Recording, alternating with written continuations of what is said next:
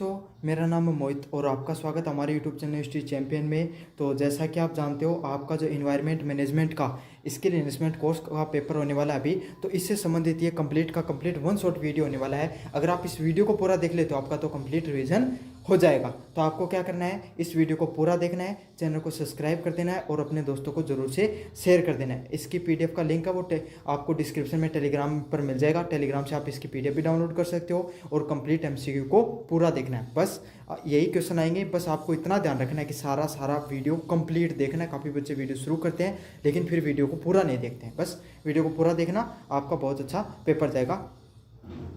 Is the primary goal of an environment management system. तो EMS पर्यावरण प्रबंधन प्रणाली का मुख्य उद्देश्य क्या होता है? तो पर्यावरण का जो प्रबंधन करना होता है, प्रणाली होता है, जो इंडस्ट्रीज वगैरह होती हैं, जो आपकी उद्योग लगे होते हैं, इनके अंदर जो प्रदूषण फैलता है उसके लिए जो इन्वायरमेंट मैनेजमेंट सिस्टम लगाया जाता है, पर्यावरण प्रबंधन प्रणाली लगाई जाती है, ताकि उससे क्या हो सके, जो पर्यावरण पर जो उद्योगों के द्वारा जो धुआं निकलता है, उद्योगों के द्वारा जो प्रदूषण फैलता है, उसको कम किया जा सके। तो समझ में आ गया आपको? इससे क्या होता है, पर्यावरण पे कम से कम प्रभाव पड़ने के लिए आपको EMS सिस्टम लगाया जाता है। जैसे कि व्हीकल हो गए, जो वाहन हो गए, अब वाहन से प्रदूषण निकलता है, कार्बन डाइऑक्साइड निकलती है, तो ग्रीन हाउस गैसेस बढ़ती हैं। तो इससे क्या किया जाता है, आपको जो EMS प्रणाली के तहत जो पोल्यूशन सर्टिफिकेट वगैरह बनाए जाते हैं, साथ के साथ कंपनियां हैं वो इस तरीके के वाहन बनाने के प्रयास करती है जिससे क्या हो, प्रदूषण कम से कम हो सके। तो इसीलिए जो EMS प्रणाली होती है, पर्यावरण प्रबंधन प्रणाली होती है, वो इसीलिए लागू की जाती है ताकि पर्यावरण पर कम से कम प्रभाव पड़े, स्वच्छ पर्यावरण है वो सभी प्राणियों को मिल सके। ISO 14001 किससे संबंधित है? तो किससे संबंधित है? ISO मार्क है, इंडियन स्टैंडर्ड मार्क होता है, ये आपको पता है। ISO मार्क आपने देखा होगा काफ़ी जगह। तो ये 14001 ये किससे संबंधित है? ये पर्यावरण प्रबंधन से संबंधित है। अब प्रश्न को उल्टा भी पूछा जा सकता है कि ऐसे पूछा जा सकता है कि कौन सा ISO मार्क है वो पर्यावरण प्रदूषण प्रबंधन से संबंधित है? तो कौन सा है? 14, 2/0 और *1। समझ में आ गया आपको? यहाँ पर जो चेंजमेंट करेगा वो कहाँ पर करेगा, 2/0 या 1 में करेगा। समझ में आ गया आपको? तो अच्छे से याद कर लेना, 2/0 आएगा और लास्ट में 1 आएगा। तो ये किससे संबंधित है? पर्यावरण प्रबंधन से संबंधित है। मोस्ट इंपोर्टेंट प्रश्न आएगा एग्जाम में इससे संबंधित, देख लेना आप। अगले वाला प्रश्न है, what does ISO stand for in ISO 4000। तो ISO 14,000 का क्या मतलब होता है? तो क्या मतलब होता है, ये ISO 4000 का जो मतलब वो क्या होता है, इंटरनेशनल ऑर्गेनाइजेशन फॉर स्टैंडर्डाइजेशन। तो अंतर्राष्ट्रीय संस्था है पर्यावरण प्रबंधन से संबंधित, उसका ISO मार्क कितना है? ISO 14,000 है, वो इसका मार्क होता है। तो क्या है, इंटरनेशनल ऑर्गेनाइजेशन फॉर स्टैंडर्डाइजेशन, मतलब वो संस्था है, वो अंतर्राष्ट्रीय रूप से अंतर्राष्ट्रीय मानकों पर सर्टिफाइड है पर्यावरण प्रबंधन के मामले में। समझ में आ गया आपको? अगले वाला प्रश्न है, life cycle analysis assess environment impact during. तो लाइफ साइकिल विश्लेषण पर्यावरणीय प्रभाव का मूल्यांकन करता है। तो किससे करता है? जो लाइफ साइकिल है उसका जो एनालिसिस होता है, विश्लेषण होता है, वो पर्यावरण पे क्या प्रभाव हो रहा है उसका क्या मूल्यांकन करता है? तो किस चीज़ से करता है? पूरे उत्पाद जीवन के दौरान। मतलब लाइफ साइकिल आप समझते हो ना, कोई चीज़ की क्या होती है, जैसे अपन ने जन्म लिया और जहाँ तक अपन को मृत्यु मिली वहाँ तक का अपना पूरा सफ़र है जो जीवन का, उसी को इंग्लिश में लाइफ साइकिल कहा जाता है। तो हर चीज़ की एक लाइफ साइकिल होती है। जैसे कि आपने क्या खरीदा, एक बिस्कुट खरीदा, तो वो बिस्कुट है, जब उसका बिस्कुट का फैक्ट्री से निर्माण हुआ और जब तक वो बिकता है, समझ में आ गया, और जब तक आप उसको वेस्ट के रूप में डिस्पोज नहीं कर देते हो, तब तक वो उसकी पूरी क्या होती है, पूरी की पूरी लाइफ साइकिल होती है। अब उसके अंदर क्या होगा, देखो एक बिस्कुट बनाने के लिए कंपनी में क्या क्या किया जाता है, उस आटा पहले, सबसे पहले आप गेहूँ लेकर आए, तो गेहूँ में क्या हुआ, पूरा पेस्टिसाइड वगैरह का यूज हुआ, वहाँ से थोड़ा प्रदूषण होता है। फिर उस गेहूँ को आपने कंपनी तक पहुँचाया तो उसके दौरान प्रदूषण फैला। फिर आपने कंपनी में क्या किया, आटे को पिसाने के लिए भेजा, आटा बनाया, पूरी प्रोसेस करी बिस्कुट बनाने तक, तो उसमें क्या होगा, प्रदूषण होगा। फिर प्लास्टिक के रैपर्स में उनको पैक किया जाता है, तो वहाँ पर क्या प्रदूषण होता है। फिर वो मार्केट में आया, बिका, उस दौरान उसका प्रदूषण हुआ। तो ये पूरी की पूरी कोई भी प्रोडक्ट होता है, उसकी पूरी लाइफ साइकिल होती है, तो उसका पूरे लाइफ साइकिल में उसने कितना पर्यावरण प्रदूषण फैलाया, उसका मूल्यांकन किसका करता है, उसे लाइफ साइकिल विश्लेषण के नाम से जाना जाता है। और लाइफ साइकिल विश्लेषण है वो पूरे जो कोई भी उत्पाद है उसके पूरे जीवन के बारे में बताती है। जैसे एक प्लास्टिक है, तो प्लास्टिक को निर्माण करने से लेकर उसको आपने गलाया, आपने उसको जलाया, आपने उसको गाड़ा, कुछ भी किया, वो जब तक गल नहीं जाएगा, पूर्ण रूप से जल नहीं जाएगा, और जो आपने कहीं बहा दिया तो वो चौक नहीं कर देगा, तो सारी की सारी उसका जीवन में उसने कितना प्रदूषण किया, वो इस चीज़ को नापता है। समझ में आ गया? एक एक चीज़ को गहरे से समझाने का प्रयास कर रहा हूं मैं। मुझे उम्मीद है आपको अगर वीडियो पूरा देखोगे ना तो पर्सन गलत नहीं होंगे आपके, मैं इस बात का पूरी गारंटी देता हूं। Which is not a dimension of the environment management, तो निम्नलिखित में से कौन पर्यावरण प्रबंधन का आयाम नहीं है, तो इनमें से कौन सा आयाम नहीं है पर्यावरण प्रबंधन का। पहला पर्सन है आर्थिक, तो आपको पता है पर्यावरण से क्या होता है, आर्थिक नुकसान भी होता है, तो इसमें क्या होगा, एक क्या है, आर्थिक भी होता है। तकनीकी, तो तकनीकी रूप से भी क्या होता है, हम जो पर्यावरण है उसको मैनेजमेंट कर सकते हैं। पॉलिटिकल, राजनीतिक रूप से भी अपन जो पर्यावरण का प्रबंधन कर सकते हैं। या और अच्छे से डीप से समझा सकता हूँ मैं आपको। देखो, आर्थिक रूप से आप क्या कर सकते हो, आपके पास जब इंसान के पास पैसा नहीं होता है तब वो क्या करता है, प्रदूषण ज़्यादा फैलाता है। फॉर एग्जांपल मैं आपको उदाहरण देकर बताऊं, पहले के समय क्या हुआ करता था, एलपीजी के सिलेंडर वगैरह नहीं होते थे, तब क्या करते थे, गांव में लकड़ी के चूल्हे होते थे और वहाँ से खाना बनाया जाता था, तो उससे प्रदूषण ज़्यादा फैलता था। समय बढ़ा और गैस के चूल्हे वगैरह आने लगे, लोगों के पास उपलब्धता होने लगी, पैसे होने लगे, तो उन्होंने उनको खरीदना शुरू किया। अब क्या होगा, उससे थोड़ा प्रदूषण कम होता है। एक छोटा सा गांव का उदाहरण, आपका जो नॉर्मल जिंदगी का मैंने उदाहरण देकर समझा दिया है। तो आर्थिक रूप से आप पैसे खर्च कर भी पर्यावरण प्रदूषण कर सकते हो। ऐसे भी नहीं समझ में आए, एक चीज बता देता हूँ, आपकी एक छोटी सी कंपनी है, किसकी, कपड़ों की कंपनी है, और कपड़े की आप रंगाई पुताई का काम करते हो, जो कपड़ा पर कलर देखो ना थे वो लगाने को काम करो। अब क्या करें, आपके पास कम पैसा, छोटा उद्योग है, तो आपके पास आप जो रंगाई पुताई का काम करते हो उससे जो पानी निकलता है, वेस्ट निकलता है, आप उसको ऐसे नाली में बहा दिया आपने, तो क्या हुआ, पर्यावरण प्रदूषण हुआ। अब आपकी कंपनी हो गई बड़ी, आपने ले रखा स्टैंडर्ड का मार्क, आप हो गए करोड़पति, आपने, तो आप क्या करोगे, आप लगाओगे इन्वायरमेंट, आप वहाँ पर लगा दिया आपने waste treatment plant, water treatment plant लगा दिया, वहाँ पे आप जो पानी होता है उसका पूरा सा ट्रीटमेंट करके रिसाइकल कर सकते हो। तो समझ में आ गया आर्थिक कितना फायदा होता है पर्यावरण को मैनेजमेंट करने में। दूसरी वाली चीज़ तकनीक का, तो आपके पास जितनी अच्छी तकनीक होगी आप उतने अच्छे से पर्यावरण को प्रबंधन कर सकते हो।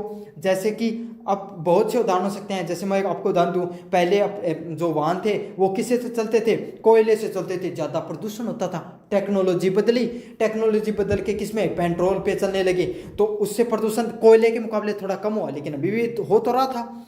फिर क्या हुआ, फिर जो अपने पास कौन सी कैसे एलपीजी वगैरह पे चलनी शुरू हुई तो और प्रदूषण कम हो गया। अब कौन सी आ गई, इलेक्ट्रॉनिक की गाड़ी आ गई, तो प्रदूषण थोड़ा और कम हो गया, मतलब नाम मात्र का प्रदूषण रह गया इलेक्ट्रॉनिक की गाड़ियों में। तो समझ रहे हो ना, तो तकनीक से क्या होता है, पर्यावरण पे धीरे धीरे कम कम क्या हो सकता है, आप पर्यावरण प्रदूषण कम कर सकते हो। अगला, राजनीतिक रूप से, अब राजनीति का क्या प्रभाव होता है, आप कहोगे सर क्या प्रभाव होगा राजनीति का, सर होता है, बहुत बड़ा प्रभाव होता है। मैं आपको समझाऊं, सरकार ने कल से नियम बना दिया, अगर हर ग्राम पंचायत में आपका सरपंच है, सरपंच का उदाहरण देके बता देता हूँ, उसने नियम बनाया, किसी भी घर के अगर कोई भी व्यक्ति को देख लिया गया कि वो पानी को व्यर्थ में बहा रहा है तो उसको 500 रुपये का चालान लगेगा। समझ में आ गया, और आपके सारे गांव के लोग सहमत भी हो गए, बिल्कुल सही बात है, हम इस बात को मानेंगे। तो क्या होगा, अब हर व्यक्ति सजग हो गया, जागरूक हो गया, तो पर्यावरण पे जो प्रदूषण उसका प्रभाव पड़ा। समझ में, मैंने बहुत छोटा उदाहरण देके समझाया, ये पूरे भारत देश पर भी लागू हो सकता है। समझ में आ गया, या ऐसे समझ लो कि सरपंच ने नियम बना दिया या फिर सरकार ने नियम बना दिया कि जो भी रेन वाटर हार्वेस्टिंग करेगा, मतलब जल संरक्षण का कार्य करेगा, वर्षा जल संरक्षण का, उसको सरकार सब्सिडी देगी या कुछ अतिरिक्त छूट देगी, सभी लोग राजी हो जाएंगे, कल से ही करना तैयार कर देंगे। तो राजनीति का प्रभाव पड़ता है ना, तो यही होता है। इसमें एक ऑप्शन नहीं है, वो क्या है, फैशन वाला नहीं है। थोड़ा ज़्यादा डीप में ले जाकर समझाया, लेकिन ये जो मैंने आपने 1-2 मिनट आपको दिए ना, आप जब पेपर में प्रश्न सोल्व करने जाओगे तब इनका महत्व पता चलेगा आपको। An environment management plan EMP includes, एक पर्यावरण प्रबंधन योजना EMP में क्या शामिल होती है? तो पर्यावरण प्रबंधन योजना में क्या शामिल होती है वेस्ट रिडक्शन स्ट्रेटजी। मतलब आपके पास, मैंने उदाहरण देके बताया था, आपके पास रंगाई पुताई करने का काम, आप कपड़े का काम करते हो, रंगाई पुताई करने का, उस पर जो ऐसे मान लो कि चूनड़ी बनाने को काम करो थे, और चूनड़ी में जो रंग लगा है ना लाल, वो लगाओ। समझ में आ गया? तो आप क्या कर सकते हो, आप ऐसी स्ट्रेटजी बना सकते हो, जैसे मैंने उदाहरण देके बताया, आपने क्या वाटर ट्रीटमेंट प्लांट लगा लिया। अब क्या होगा, सिर्फ जो सॉलिड वेस्ट होगा ना उसका, जो कलर वगैरह का, वही बचेगा। पानी का आप क्या कर सकते हो, फिर से रिसाइकल कर सकते हो। अब क्या होता, पहले क्या होता, आप उसको नाली में बहा दिया, वो पानी बहकर आपके गांव के जोड़ में चला गया। अब जोड़ से क्या होता है, पशु पक्षी पानी पी रहे हैं, वो बीमार हो सकते हैं। जो आपका जो जल प्रदूषण वो तो हो ही रहा है, भूमि प्रदूषण भी हो रहा है, इससे वहाँ पे गंद आने लग जाएगी, लोग बीमार होना शुरू हो जाएंगे। तो यही चीज़ होती है, आप इन्वायरमेंट मैनेजमेंट प्लान में क्या सीखते हो, वेस्ट रिडक्शन स्ट्रेटजीज को सीखते हो। पर्यावरण प्रबंधन में आप क्या सीखते हो, आप सीखते हो कि कैसे भी अपशिष्ट है, जो प्रदूषण है, जो कचरा ज़्यादा से ज़्यादा निकल रहा है, उसको कम कैसे किया जा सकता है। समझ में आ गया? ये छोटे छोटे उदाहरण जो मैं आपको दे रहा हूँ ना, ये याद रख लिया करो प्रश्न के साथ, तो आपको अच्छे से समझ में आ जाएगा। विच ISO series is specifically focused on the environment, तो कौन सी ISO जो 1400 है ना, वो 14000 है, वो किस पे ज़्यादा फोकस करती है, वो पर्यावरण पे ज़्यादा केंद्रित करती है। भाई कटे 14000 की जगह 1400 बोल दूँ तो इग्नोर कर दियो, कोई दिक्कत को नहीं, 14000 ही होगा। ठीक, अगले वाला है ethical and the moral dimensions in the EMS involves. तो EMS में नैतिक और नैतिक आयाम किससे संबंधित होते हैं? तो आपको पता है जो इथिकल, नैतिक और जो आयाम है वो किससे संबंधित हैं? तो ये किससे संबंधित है? इसमें पर्यावरण के लिए सही करना। तो जो इथिकल मोरल चीज़ें क्या भाई, आपकी खुद की जिम्मेदारी है। पर्यावरण है थोड़ी भगवान आके कोई सुधार के जागो, या फिर कोई थारा गाँव, कोई नरेंद्र मोदी जी आके थारा गाँव में पेड़ लगा के दे। हर व्यक्ति की जिम्मेदारी होती है कि वो पर्यावरण को सही से रख सकें। बहुत छोटी छोटी चीज़ें बताता हूँ मैं आपको। आप क्या कर सकते हो, आपके घर पे जो लाइट जलती है, आप घर पे नहीं हो, पंखा चल रहा है आपका, कूलर चल रहा है आपका, लाइट जल रही है, बहुत छोटी चीज़ है ना, आप बहुत पैसे वाले हो मान लिया, लेकिन फिर भी आप उन्हें बंद कर सकते हो। क्यों? क्योंकि जो लाइट जलती है, वेस्ट में जल रही है, वो किससे बनती है? कोयले से बनती है या जल से बनती है। तो उससे क्या होता है? प्रदूषण होता है। बहुत छोटी चीज़ है, लेकिन ये भी बहुत छोटी छोटी चीज़ें इन्वायरमेंट पे बहुत इम्पैक्ट डालती हैं। हर वर्षा में, हर साल में आप एक पेड़ लगाने का, जन्मदिन पे आप ऐसे हो अल्लाह करके यहाँ पे केक काटने का कार्य करते हो। आप एक काम कर सकते हो, हर जन्मदिन पर अपना एक पेड़ लगा सकते हो, पूरी साल उसको क्या कर सकते हो? पानी पिला सकते हो। कम से कम 2 साल में एक बार कर लो ये चीज़। बहुत छोटी छोटी चीज़ें ना, तो आप इनका ध्यान रखकर पर्यावरण पे सहयोग कर सकते हो। तो इसका सही आंसर क्या होगा? ऑप्शन नंबर C होगा, पर्यावरण के लिए सही करना। अगले वाला प्रश्न है 9 नंबर प्रश्न है EMS socio cultural dimension in the EMS include. तो EMS में सामाजिक सांस्कृतिक आयाम में क्या शामिल है? तो EMS में सामाजिक और सांस्कृतिक कौन सा आयाम होगा? समुदाय की भागीदारी। देखो जब मत आने को उदाहरण देके बताए पिछड़ा कि पूरा गांव राज्य होगो, क्या क्या के लिए राज्य होगो कि पानी बिल्कुल नहीं डोलाना फालतू, मतलब फालतू में पानी को बिल्कुल भी वेस्ट नहीं किया जाएगा, फालतू में पानी को बिल्कुल भी नहीं बहाया जाएगा व्यर्थ में। तो इससे क्या होगा? एक शब्द इंपॉर्टेंट हो, सारो गांव राज्य होना चाहिए। समझ में आ गया? या फिर आप देखते हो अपने कुछ समुदाय, जैसे विश्नोई समुदाय है, उनके द्वारा वन्य जीव उनका संरक्षण किया जाता है, वो पेड़ भी नहीं काटते हैं। तो इससे क्या होता है? पूरे समुदाय में पर्यावरण संरक्षण की क्या चली जाती है? भागीदारी देखने को मिलती है। तो इसे क्या कहा जाता है? सामाजिक सांस्कृतिक आयाम के नाम से जाना जाता है। और जो सामाजिक सांस्कृतिक आयाम वो होगा जिसमें पूरा समुदाय है, सारा गांव का लोग ही, पूरा शहर का लोग ही, सब एकदम राजी हो जाए कि भाई मैं तो यो ही काम करांगा, आज जो प्रदूषण फैलावा ही कोई नहीं। तो वो क्या जाओगो? सामाजिक संस्कृति आयाम में आएगा वो चीज़। समझ में आ गया आपको? जैसे स्वच्छ भारत अभियान चला, उसके बाद में शायद आप में से काफ़ी विद्यार्थी होंगे, उसमें काफ़ी छोटे होंगे, 2014-15 में चला था। उसके बाद में आपका स्वच्छता है, उसमें बहुत ध्यान रखा जाता है। आप शहर में जाते हो ना, तो कचरा वगैरह कचरा पत्रों में डाला जाता है, लोग थोड़े समझदार हुए हैं। 10 नंबर प्रश्न है political and the legal dimension effect the EMS through. तो राजनीतिक और कानूनी आयाम ईएमएस को कैसे प्रभावित करते हैं। तो भाई कोई आज सरकार नियम बना दियो कि जैसे दिल्ली में अभी नियम बना है थोड़े दिन पहले कि 10 साल से पुराना कोई भी व्हीकल है, कोई भी वाहन है, उसको पेट्रोल ही मत दो। पेट्रोल नहीं दोगे तो चलेगा, मतलब पेट्रोल डीजल मत दो, नहीं दोगे तो चलेगा कैसे, और चलेगा नहीं तो फिर प्रदूषण कैसा होगा। तो सरकार ने क्या कर दिया, कानून और राजनीति का प्रयोग करके पर्यावरण प्रदूषण है या पर्यावरण के जो मैनेजमेंट है उस पर कार्य किया है। समझ में आ गया। तो लॉ एंड रेगुलेशन, कानून और विनियम को लागू करके सरकार क्या कर सकती है, आपको राजनीतिक और कानूनी आयाम से ईएमएस को प्रभावित कर सकती है। समझ में आ गया। अब देखो ये वाला जो मैंने आपको एक चीज बताई है, अब आपके सामने एक प्रश्न देखने को मिलेगा तो आपको दिल्ली वाला उदाहरण याद करना है, आपको समझ में आ जाएगा सरकार कानून लागू करके, रूल एंड रेगुलेशन लागू करके क्या कर सकती है, ईएमएस मैनेजमेंट कर सकती है। ऐसे उदाहरणों से आपको चीजों को याद करना है, काफी दिनों तक याद रहेंगे। ईएमएस मदद करता है, तो ईएमएस किस चीज में मदद करता है, ये करता है, ये मैंने पहले बता दिया, पर्यावरण ये जिम्मेदारियों को प्रबंधित करने में, इन मैनेजिंग एनवायरमेंट रिस्पॉन्सिबिलिटीज। तो ये गलत लिखा हुआ है, प्रबंधन करने में। समझ में आ गया। तो यही है, नाम यही है इन्वायरमेंट मैनेजमेंट, तो प्रबंधन का ही कार्य करेगा ये। तो अगले वाला प्रश्न है life cycle stages include all aspects. तो लाइफ साइकिल चरण में सभी शामिल होते हैं सिवाय। तो लाइफ साइकिल में था ना, बताए ना, कोई आदमी जन्म ले जदू लेके मरण तक को जो काल हो क्या कहो जाए, लाइफ साइकिल का नाम जाने जाए। तो उसमें क्या क्या शामिल होता है, कच्चे माल का निष्कर्षण करना। भाई वो बिस्कुट वाला उदाहरण देके बताए ना, बताना कि कच्चो माल निकाल के, कच्चो माल के गेहूँ, कच्चो माल उसके अंदर निर्माण करना, फिर कंपनी में गयो, दिया रसड़ का बनायो, चून बना दियो बिस्कुट, तो वो क्यों को निर्माण की प्रक्रिया में आ गया। अगले वाला के निपटारण, भाया खागा वो क्यों निपटानो को, तो इम के बच्चा है विज्ञापन। विज्ञापन है वो लाइफ साइकिल में नहीं आता है, वो कंपनी के वो कंपनी के मार्केटिंग प्रोसेस में आता है। समझ में आ गया आपको, अच्छे से याद कर लेना है। ये जरूरी नहीं है कि प्रश्न ऐसे आए, प्रश्न ऐसे आ सकता है कि लाइफ साइकिल के क्या कौन सा चरण हो सकता है। तो उसमें क्या हो सकता है, कच्चे माल का निष्कर्षण, सब पहले कोई भी चीज बनाने के लिए आप के लिए कच्चो माल लेवा। समझ में आ गया ना, कच्चा माल लेकर आओगे तभी तो बिस्कुट का, भाई गेहूं से बनाओगे, मैदा बनाओगा, जाऊं भी बनाओगा, पहले बात चीज ही तो चाहिए, क्या बनाओगा नहीं। समझ में आ गया। तो सबसे पहले आपको कच्चा माल चाहिए, फिर आपके पास कच्चा माल आ गया तो आया तो हाथ को नहीं राख क्यों थान कोई अगरबत्ती करनी है तो उसका क्या करोगे, उसका निर्माण भी करोगे। तो उसमें लाइफ साइकिल में क्या आता है, उसका निर्माण भी आता है। और तीसरा क्या आता है, निपटारण। भाई चीज लिया देर बना भी ली तो को धरके क्या करोगा, उन बेचनी भी है तो को निपटारण करना भी उकंदर आवा है, लाइफ साइकिल का अंतर्गत यहाँ। अच्छा हूँ याद कर लियो, बिल्कुल थारी भाषा भी समझाती है सारी चीज़ें। अभी भी नहीं याद हो तो पढ़ाई छोड़ दो फिर। अगले वाला प्रश्न है ISO 14001 प्रमाणन का मुख्य लाभ क्या है। तो ISO 14001 के जो सर्टिफाइड है उसका क्या फायदा होता है, उसका होता है ये पर्यावरण के जोखिमों को कम करता है।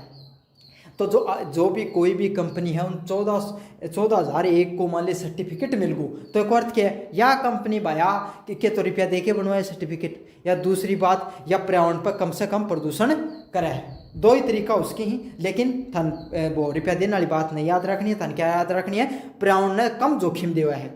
समझ गो, रिड्यूस इन्वायरमेंटल रिस्क पर कार्य करती है। अगले वाला प्रश्न 14 नंबर प्रश्न, इकोनॉमिक डायमेंशंस इन ईएमएस। अब देखो मैं आपको एक अच्छी चीज़ बताता हूँ इसके अंदर, अच्छी तो क्या है, आउट ऑफ सिलेबस ही चीज़ है।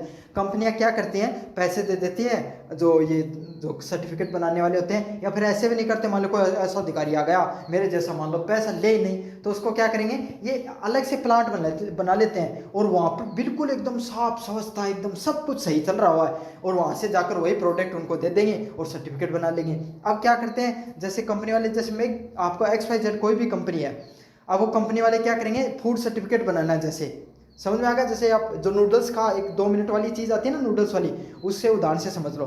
तो वो क्या करेंगे, बेस्ट प्रोडक्ट बनाएंगे अपना सबसे शानदार, और वो भेजेंगे कंपनी जो सर्टिफिकेट बनाने वाले। अब कोई भी चीज़ बेस्ट बनाई है तो उसको तो सर्टिफिकेट मिल ही जाएगा।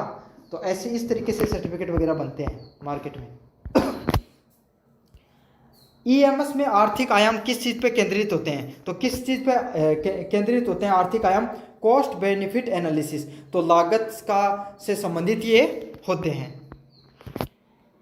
15 नंबर पर्सन है technology dimension in the EMS includes. तो ईएमएस में तकनीकी आयाम में क्या शामिल होता है, तो यूज ऑफ ग्रीन टेक्नोलॉजी। तो हरित टेक्नोलॉजी, अब देखिए सोचो कोई मालिक कोई स्कूटर बना रहे हो तो स्कूटर पर रंग कर दिया तो वो ग्रीन टेक्नोलॉजी नहीं हो गई है वो। उसका अर्थ यही है कि आप कम से कम प्रदूषण कर रहे हो।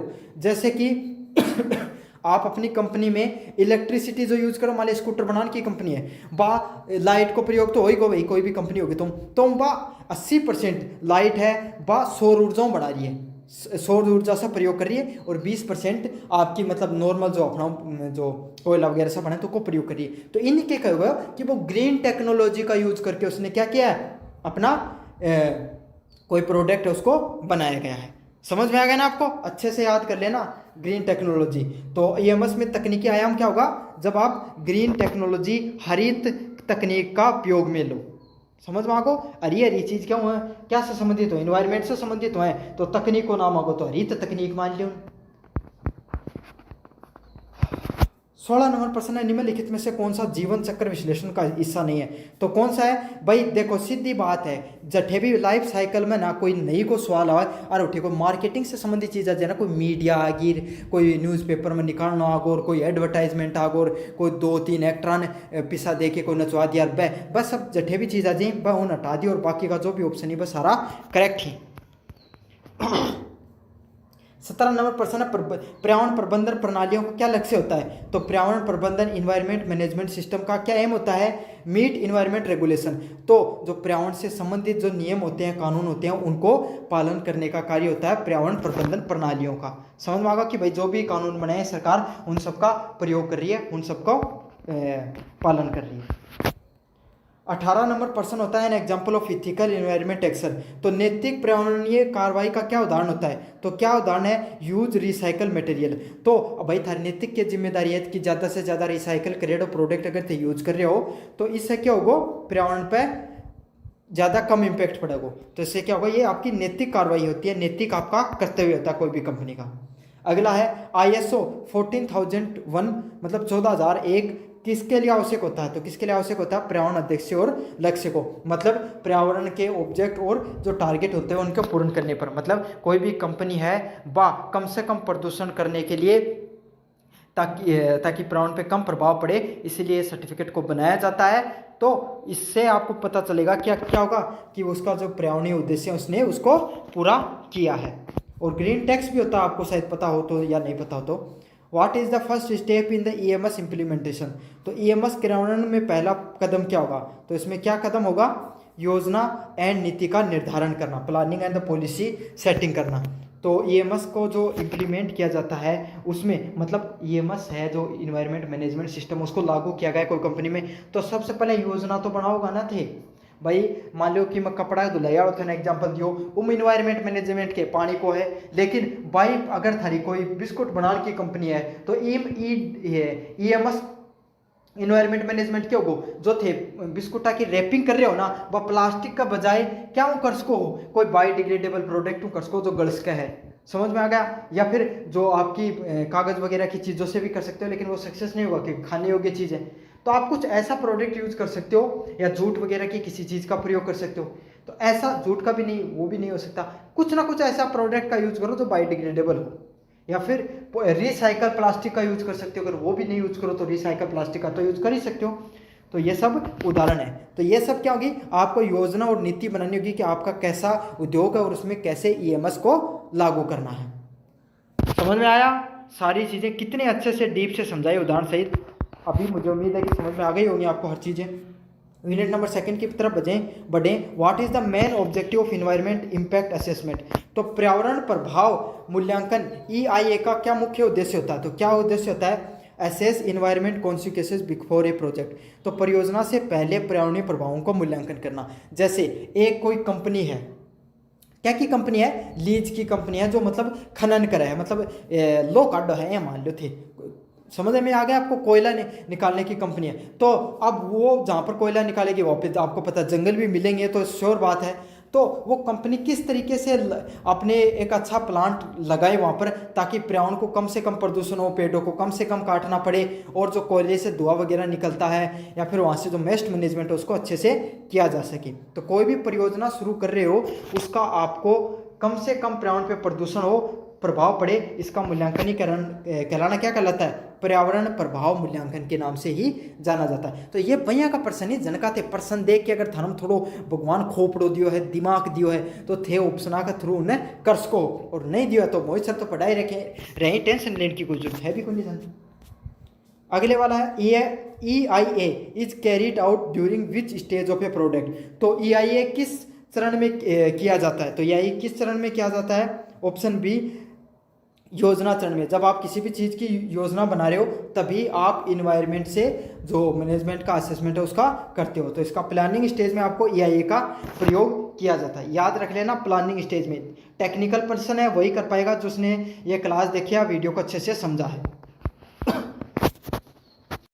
अगले वाला प्रश्न, निम्नलिखित में से कौन EIA प्रक्रिया का हिस्सा नहीं है। EIA का अर्थ क्या होगा, EIA होती है इन्वायरमेंट इम्पैक्ट असेसमेंट, मतलब कोई भी प्रोजेक्ट लॉन्च करोगे तो उसमें कितना प्रभाव होगा पर्यावरण के ऊपर, इसका असेसमेंट करना इसका मूल्यांकन का हिस्सा नहीं है। पहला होगा स्क्रीनिंग, तो आप चीज़ों को अच्छे से देख रहे हो कि भाई कहाँ कहाँ पर पर्यावरण का नुकसान हो सकता है। स्कोपिंग, तो कहाँ पर पर्यावरण पे कम प्रदूषण का स्कोप है ये देख रहे हो आप। पब्लिक कंसल्टेशन, लोगों से आप बातचीत कर रहे हो कि भाई मैं यहाँ पर ये काम कर रहा हूँ, तो आप यहाँ के लोकल हो तो आप मुझे थोड़े से क्या कर सकते हो, मदद कर सकते हो उसमें उदाहरण करने में। तो ये सारी की सारी चीज़ें हैं वो किससे हैं, EIA का हिस्सा होती हैं। लेकिन बजटिंग पैसा को ध्यान रखोगा तो भैया पर्यावरण पर तो कम ही प्रभाव पड़ेगा, तो बजटिंग से संबंधित नहीं होता है। तो इसका सही आंसर क्या, ऑप्शन नंबर सी होगा। 4 नंबर प्रश्न है EIA इन्वायरमेंट इम्पैक्ट असेसमेंट, पर्यावरण प्रभाव मूल्यांकन क्या होता है। तो पर्यावरण प्रभाव मूल्यांकन क्या होता है, एक फोरकास्टिंग उपकरण, मतलब एक पूर्व अनुमान उपकरण है। क्यों, क्योंकि ये पहले ही बताते हो वो कोई भी प्रोजेक्ट शुरू होने से पहले कि इन्वायरमेंट पर कितनों प्रभाव पड़ेगा या कितनों कौन पड़े, तो भविष्यवाणी होगी ना एक तरीका की चीज़। तो यह क्या है, एक प्रकार को पूर्व अनुमान उपकरण होगा है। समझ में आ गया आपको, टेक्निकल पर्सन अच्छे से याद कर लेना, क्वेश्चन देखने को मिल सकता है। अगले वाला है वन की इंपॉर्टेंस ऑफ EIA। तो EIA का एक महत्व क्या होता है, प्रिवेंट इम्पैक्ट इन्वायरमेंट डिग्रेडेशन, तो पर्यावरण के संरक्षण को रोकना, मतलब जो इन्वायरमेंट है वो उसका क्षति होने से रोकने के लिए जो आपको EIA मैं फिर से समझा दूँ, इन्वायरमेंट पर कितनों प्रभाव पड़ेगा इसको मूल्यांकन करे वो प्रणाली EIA के अलावा है वो कोई भी प्रोजेक्ट शुरू करने से पहले। तो भाई कितनों प्रभाव पड़ेगा, ज़्यादा पड़ेगा तो आप क्या करोगे, उसको जो प्रोजेक्ट है उसको चेंज करोगे, कम पड़ेगा तो लागू कर दोगे। तो ये क्या करता है, पर्यावरण का क्षरण होने से को रोकता है। EIA प्रक्रिया में पहला चरण क्या है, तो पहला क्या होता है, स्क्रीनिंग। अच्छे से याद कर लेना, स्क्रीनिंग पहली प्रक्रिया है। स्क्रीनिंग का अर्थ क्या होगा, जहाँ मान लो थे सब पहले जमीन, कोई भी मकान बनाने पहले जमीन देख क्या हो ना कि ज़मीन कट्ठी है, उस हिसाब तो अपन नक्शो बनाऊंगा बाद में। तो बाई चीज़ है, कोई भी असेसमेंट मूल्यांकन करने की जो पहली प्रक्रिया होती है वो किससे शुरू होती है, स्क्रीनिंग से पहले शुरू है। यहाँ मान लो कि कोई भी चीज़ को मूल्यांकन करो ना, थे कोई भी चीज़ को मूल्यांकन करो तो क्या उदाहरण स्क्रीनिंग का, यही समझ लो आप, ज़मीन वाला ही समझ लो। मकान बनाने से पहले आप क्या करते हो, पूरी ज़मीन की स्क्रीनिंग करते हो, अच्छे से देखते हो उसको कि कहाँ पर क्या हो सकता है। अगले वाला ऑप्शन होगा सोशल इम्पैक्ट असेसमेंट। SIA का क्या कि SIA सामाजिक प्रभाव मूल्यांकन किस पर आधारित होते हैं, तो किस पे होते हैं, परियोजना का सामाजिक प्रभाव। मतलब जैसे कि आपने कोई भी एक मान लो सीमेंट की फैक्ट्री खोल तो ली थी, लेकिन क्यों उठे का वर्करान भी लगा दिया, लेकिन वहाँ क्या होगा उस चीज़ से, वहाँ पे जो उसके आसपास के जो लोग हैं वहाँ को आपको उन लोगों को डिस्प्लेस करना पड़ेगा, मतलब उन्हें दूसरी जगह ज़मीन देनी पड़ेगी। दूसरी बात, जो वो कंपनी का 1-2 किलो कम से कम 500-600 मीटर का एरिया है, वहाँ पर जो आप सीमेंट बनाओगे वो उठ के जाएगी, चाहे आप कितना भी प्रयास कर लो वो जाएगी ही जाएगी। समझ में आ गया। तो वहाँ पर क्या होगा, वहाँ पर जो मिट्टी उड़ के जाती है उससे पर्यावरण को नुकसान पहुँचता है। समझ में आ गया। तीसरी बात, वहाँ पे जो मजदूर कार्य करते हैं उनके अंदर TB, अस्थमा जैसी बीमारियां भी देखने को मिलेंगी, तो उसका भी प्रभाव देखने को मिलेगा आपको।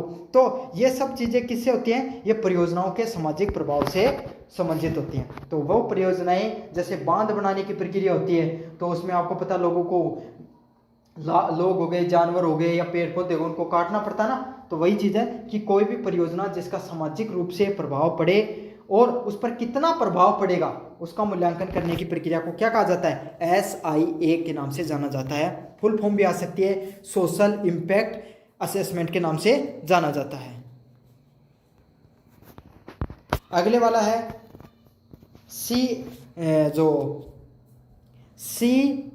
CSR stands for. तो CSR की फुल फॉर्म क्या होती है, कॉरपोरेट सोशल रिस्पॉन्सिबिलिटीज। तो जो कॉरपोरेट लोग होते हैं उनकी सामाजिक क्या जिम्मेदारियां होती हैं वो फुल फॉर्म होती है, रट लेना, कॉरपोरेट सोशल रिस्पॉन्सिबिलिटीज के नाम से जाना जाता है।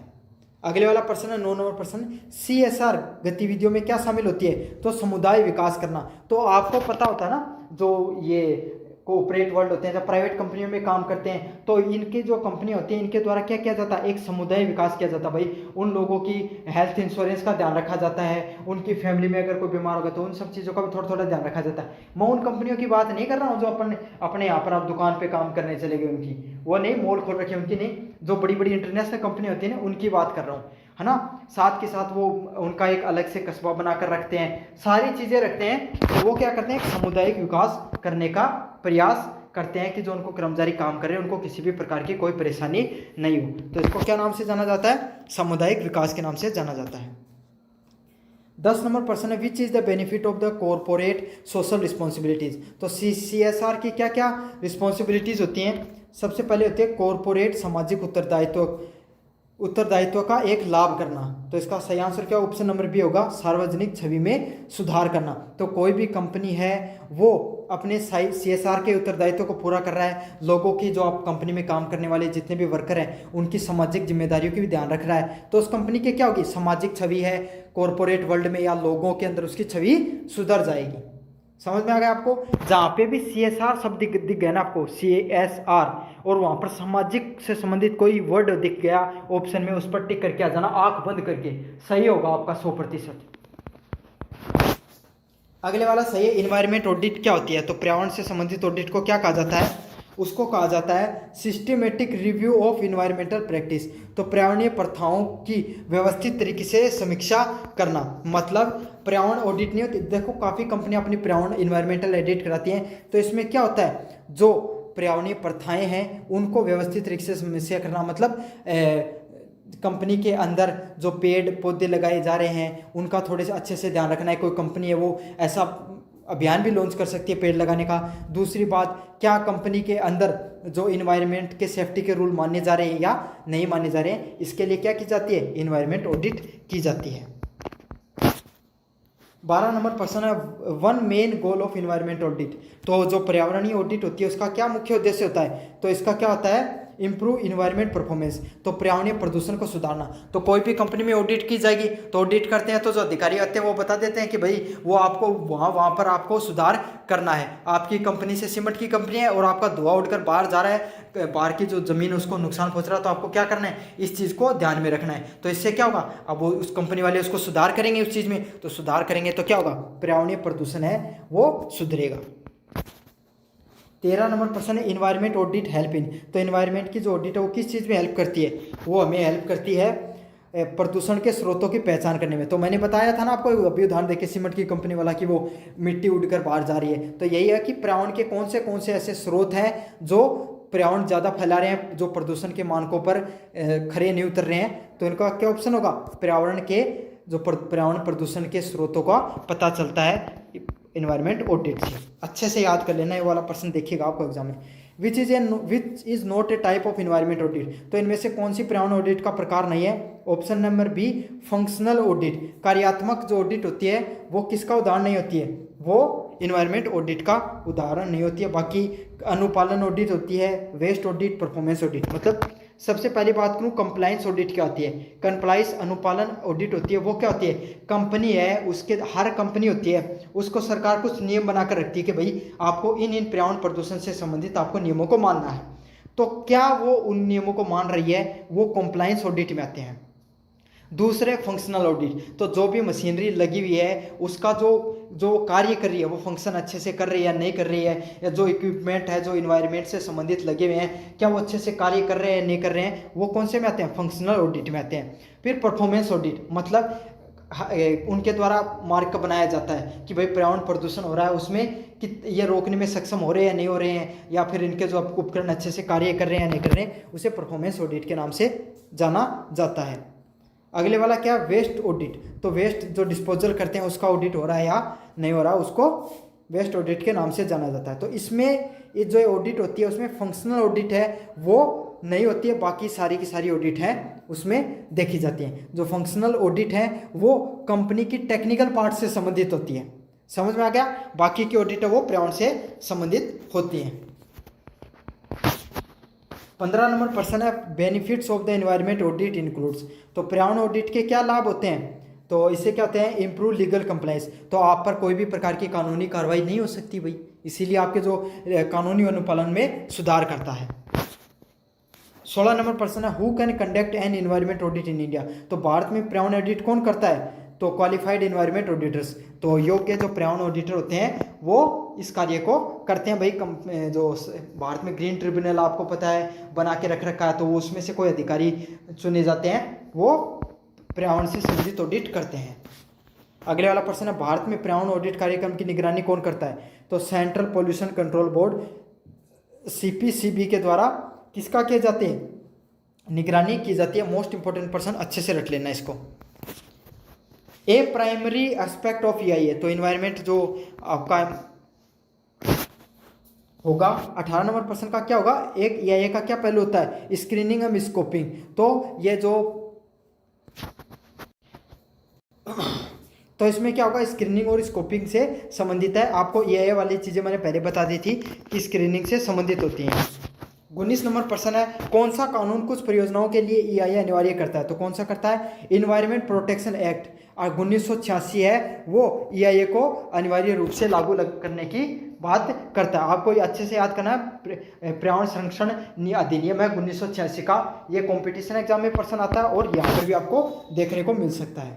20 नंबर प्रश्न है, पब्लिक कंसल्टेशन इन EIAs, तो EIA में जन परामर्श का क्या अर्थ होता है, तो क्या अर्थ होता है, involve public in decision making, तो निर्णय प्रक्रिया में जनता को शामिल करना किसके अंतर्गत आएगा, आपको EIA के अंतर्गत आएगा। जनता है वो आपका जो निर्णय ले रहे हो पर्यावरण को संरक्षण करने से संबंधित, उसमें जनता की भी भागीदारी देखने को मिले, उसे ही जन परामर्श या पब्लिक कंसल्टेशन के नाम से जाना जाता है।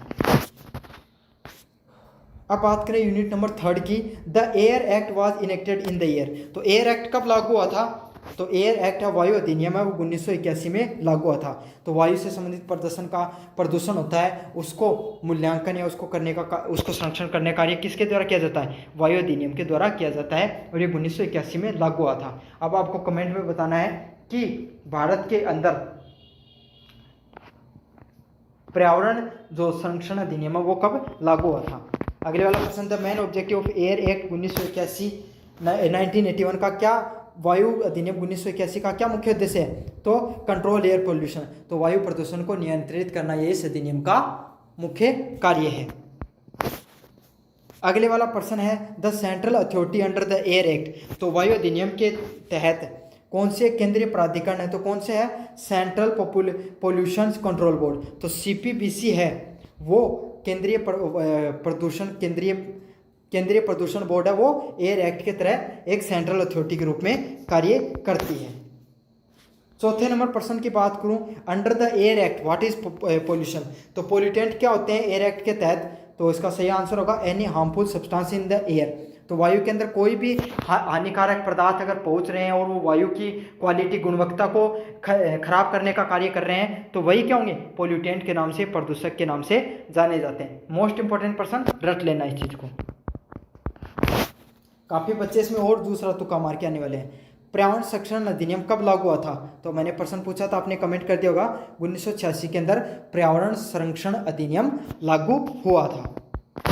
ये सारे प्रश्न आपको याद करने अच्छे से। The environment protection act 1986 was enacted after which major event, तो पर्यावरण प्रदूषण अधिनियम 1986 किस प्रमुख घटना के बाद में लागू किया हुआ था, भोपाल गैस त्रासदी के बाद में पर्यावरण प्रदूषण अधिनियम 1986 लागू हुआ था। तो आपको पता है, तो भारत की नीति का नियम है, विधि का विधान है, जब तक कोई बहुत बड़ी त्रासदी नहीं हो जाए, जब तक भारत में कुछ लोग नहीं मर जाए, तब तक कोई कानून नहीं बनाया जाता है। तो ये कब हुआ था? भोपाल के अंदर, आपको पता है, नहीं पता तो मैं बता देता हूँ, स्कूलिंग में आपने पढ़ा होगा। भोपाल के अंदर एक फर्टिलाइजर बनाने की, उर्वरक बनाने की कंपनी थी। तो उसमें क्या हो जाता है, गैस लीक हो जाता है और उसमें बहुत सारे लोग मर जाते हैं। तो उसके बाद में ही पर्यावरण संरक्षण अधिनियम 1986 को बनाया गया। The EPA 1986 empowers which body for environmental regulation. तो EPA 1986 किस निकाय को पर्यावरणीय नियमन के लिए सशक्त करता है? तो कौन सा करता है? केंद्र सरकार है, वो पर्यावरण से जो रेगुलेशन है उनको बनाने के लिए, उनको कंट्रोल में करने के लिए जो उसको शक्ति देता है, उसको पावर देता है। अगले वाला प्रश्न है, hazardous waste rule was first introduce. तो खतरनाक अपशिष्ट नियम है, जैसे कि वो आप समझो कोई केमिकल बनाने की फैक्ट्री है और वो केमिकल इतना खतरनाक है, अगर कोई भी इंसानों के संपर्क में आ जाए तो बहुत से लोगों की उससे मृत्यु भी हो सकती है। तो इससे संबंधित नियम कब बनाया गया था? 1989। तो उसका जो वेस्ट डिस्पोजल होगा, उसका ऐसा है थोड़ी कि आप हर कहीं बहा दोगे तो क्या हो जाएगा। अगर मान लो कि आपने हर कहीं बहा दिया, कोई नदी में बहा दिया तो उसका जल जानवर भी पीते हैं, लोग उसमें नहाते भी हैं, लोग उसको काफ़ी बार उस पानी को पीने के लिए उपयोग में कर लेते हैं। तो उससे क्या हो जाएगा, लोगों की मृत्यु हो सकती है। तो उससे संबंधित उसको वेस्ट का डिस्पोजल करने के लिए 1989 में नियम बनाया गया।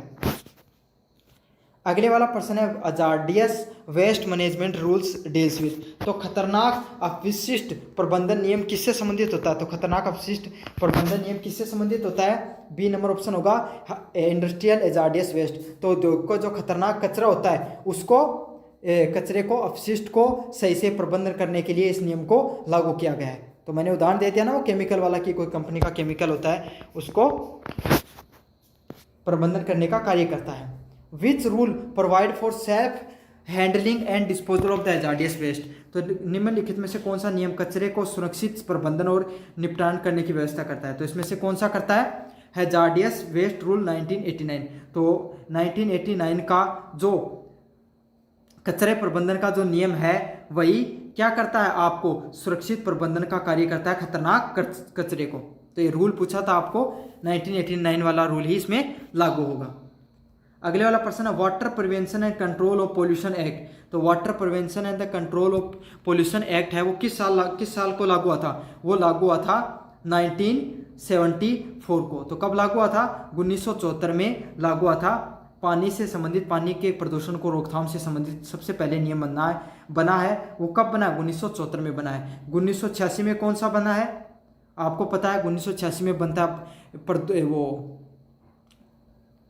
पर्यावरण प्रदूषण अधिनियम बनता है, और आपको 1989 में वेस्ट डिस्पोजल वाला नियम देखने को मिलता है। अगले वाला प्रश्न है, what is the main objective of water act. तो जल अधिनियम का मुख्य उद्देश्य क्या होता है? ऑप्शन नंबर बी होगा, जल प्रदूषण को रोकना। तो जल प्रदूषण, उसको रोकने का जो मुख्य कार्य होगा, मुख्य ऑब्जेक्टिव होगा, वो क्या होगा? आपका जल अधिनियम के तहत ये आएगा। 13 नंबर प्रश्न है, under the water act the term pollution includes. तो वाटर एक्ट के तहत पोल्यूशन का क्या अर्थ होता है, प्रदूषण का क्या अर्थ होता है? तो इसमें होगा गंध, स्वाद व हानिकारक परिवर्तन। मतलब अगर पानी के अंदर गंध आने लग जाए, पानी का स्वाद बिगड़ने लग जाए और उसमें हानिकारक खतरनाक परिवर्तन देखने को मिल जाए, तो वही क्या होगा? जल प्रदूषण के तहत चीजें आएंगी। और वायु प्रदूषण में क्या बताया गया था आपको? इसमें बताना है कि उसकी वायु की गुणवत्ता में क्या हो गई? खराब होने लग जाए, तो उसमें उसी को पोल्यूटेंट कहा जाता है। समझ में आ गया आपको? जल अधिनियम ने किस बोर्ड की स्थापना की? तो किसने की? CPCB की आपकी स्थापना की है जल अधिनियम ने। अब CPCB के आपको फुल फॉर्म कमेंट बॉक्स में बताने हैं, और जो भी कमेंट बॉक्स में सबसे पहले बताएगा उसका नाम अगले वीडियो में मैं लेने वाला हूँ। अगले वाला the biological diversity act was passed in. तो बायोलॉजिकल डाइवर्सिटी एक्ट है वो कब लागू किया गया था? तो 2002 के अंदर जैव विविधता का अधिनियम लागू किया गया था। मतलब इसमें क्या होगा, जो पेड़ पौधे हैं, पानी है, इन सब चीज़ों को बचाने के लिए, जैव विविधता को बचाने के लिए प्रयोग में लिया जाता है। तो जैव विविधता होती है ऐसी जगह, जैसे मान लो कि जो बायोस्फीयर रिजर्व वगैरह नहीं होते हैं, जहाँ पर क्या होता है, जानवर वगैरह रहते हैं, पेड़ पौधे रहते हैं, पेड़ पौधे होते हैं, जंगल होते हैं, उनको बचाने का जो नियम है वो कब लागू हुआ था? 2002 के अंतर्गत लागू हुआ था, 2002 में लागू हुआ था। जैव विविधता अधिनियम का क्या उद्देश्य होता है? तो जैव विविधता अधिनियम का क्या उद्देश्य होता है? Protect biological resource and associate knowledge. तो जैव संसाधनों और पारंपरिक ज्ञान की रक्षा करना। तो बायोडाइवर्सिटी जैव विविधता का अधिनियम, इसकी क्या क्या महत्व है? ये जैव संसाधन जो इन्वायरमेंट से संबंधित संसाधन है उनको बचाने का, और पारंपरिक ज्ञान है जो पुराना अपना जो पारंपरिक जो वस्तुएं होती हैं इन्वायरमेंट से पर्यावरण से संबंधित उनको बचाने का कार्य करता है। 17 नंबर प्रश्न है the national biodiversity authority is located. तो राष्ट्रीय जैव विविधता प्राधिकरण कहाँ स्थित है? तो कहाँ है? चेन्नई के अंदर। मोस्ट इंपोर्टेंट प्रश्न है ये, समझ में आ गया आपको? नेशनल बायोडाइवर्सिटी अथॉरिटी कहाँ पर है? चेन्नई के अंदर है। अगले वाला है benefit sharing under the biodiversity act is. तो जैव विविधता अधिनियम के तहत लाभ साझाकार किससे संबंधित है? तो स्थानीय व जनजातीय समुदाय से संबंधित होते हैं आपके जैव विविधता अधिनियम में लाभ साझाकार। तो क्या होगा? जो स्थानीय व जनजातीय लोग हैं, अगर जंगल बचेंगे तो इन लोगों का जीवन सुधरेगा, इन लोगों का क्या है? जीवन बचेगा। तो इनको क्या होता है? बेनिफिट होता है इस चीज से, बायोडाइवर्सिटी एक्ट से। The air act and the water act both lead to creation of. तो वायु अधिनियम और जल अधिनियम दोनों ने किसकी स्थापना की? तो किसकी की? पोल्यूशन कंट्रोल बोर्ड की स्थापना की। तो जल वाटर पोल्यूशन कंट्रोल बोर्ड हो गया, एयर पोल्यूशन कंट्रोल बोर्ड हो गया। तो ये सब, इन सब बोर्डों की आप किससे होती है? जो वाटर एक्ट हो गया, एयर एक्ट जब लागू हुआ तो उसी से इन प्रदूषण नियंत्रण बोर्ड की स्थापना होती है। 20 नंबर प्रश्न है the environment protection act a violation of rule can leads. तो पर्यावरण संरक्षण अधिनियम के तहत नियमों को उल्लंघन करने को क्या कहा जाता है? तो क्या कहा जाएगा? आपको कारावास व जुर्माना दोनों की दोनों हो सकते हैं इसके तहत। 4 नंबर प्रश्न की बात करें, व्हाट इज इन्वायरमेंट इकोनॉमिक्स। तो पर्यावरणीय अर्थशास्त्र क्या होता है, इसके बारे में आपको बताना है। तो study of interaction between economy and environment. तो अर्थव्यवस्था और पर्यावरण के बीच में संबंधों को समझना क्या कहलाता है? आपका पर्यावरण अर्थशास्त्र कहलाता है। मतलब आपको पता है अगर पर्यावरणीय प्रदूषण फैलता है तो इससे क्या होता है? आपका जो अर्थव्यवस्था वो भी बिगड़ती है। जैसे मैं आपको उदाहरण बताऊं, पर वायु प्रदूषण बढ़ रहा है तो लोगों के अंदर बीमारियां बढ़ेंगी तो बीमारी बढ़ते हैं तो आपका क्या होगा? आर्थिक रूप से भी नुकसान होता है ना। तो यही होता है पर्यावरण प्रदूषण से आपको क्या नुकसान होंगे, क्या फायदा होंगे। अर्थव्यवस्था और पर्यावरण के बीच में संबंध दिखाता है पर्यावरणीय अर्थशास्त्र। The main focus of environment economics is. तो पर्यावरणीय अर्थशास्त्र का मुख्य ध्यान किस चीज़ पर होता है? तो किस चीज़ पे होता है? Efficient use of natural resources. तो प्राकृतिक संसाधन उनको अच्छे से प्रयोग किया जाए ताकि वो आने वाली पीढ़ियों के लिए भी बचे। यही चीज़ होती है पर्यावरण अर्थशास्त्र के बारे में बताई जाती है। अगले वाला प्रश्न है environment valuation is use to. तो पर्यावरणीय मूल्यांकन का प्रयोग किस चीज़ में किया जाता है? तो पर्यावरणीय मूल्यांकन का प्रयोग किस चीज़ में किया जाता है? वो किया जाता है determine the economic value of nature. तो प्रकृति की जो आर्थिक मूल्य है उसको निर्धारित करने में किसका प्रयोग किया जाता है? पर्यावरणीय मूल्यांकनों का प्रयोग में किया जाता है। तो इसका सही आंसर क्या? ऑप्शन नंबर बी होने वाला है। 4 नंबर प्रश्न की बात करें, which is not a method of environment valuation. तो निम्नलिखित में से कौन पर्यावरण मूल्यांकन की विधि नहीं है? तो इनमें से कौन सी नहीं है? मार्केट डिमांड कर्व है, वो पर्यावरण मूल्यांकन की विधि नहीं है। स्किप कर देना प्रश्न को, इतना ज़्यादा इंपॉर्टेंट नहीं है। ग्रीन मार्केटिंग रेफर्स टू, हरित विपणन किसका तात्पर्य है? तो इसका क्या तात्पर्य होगा? पर्यावरण अनुकूलीय उत्पादनों का मार्केटिंग करना। समझ में आ गया?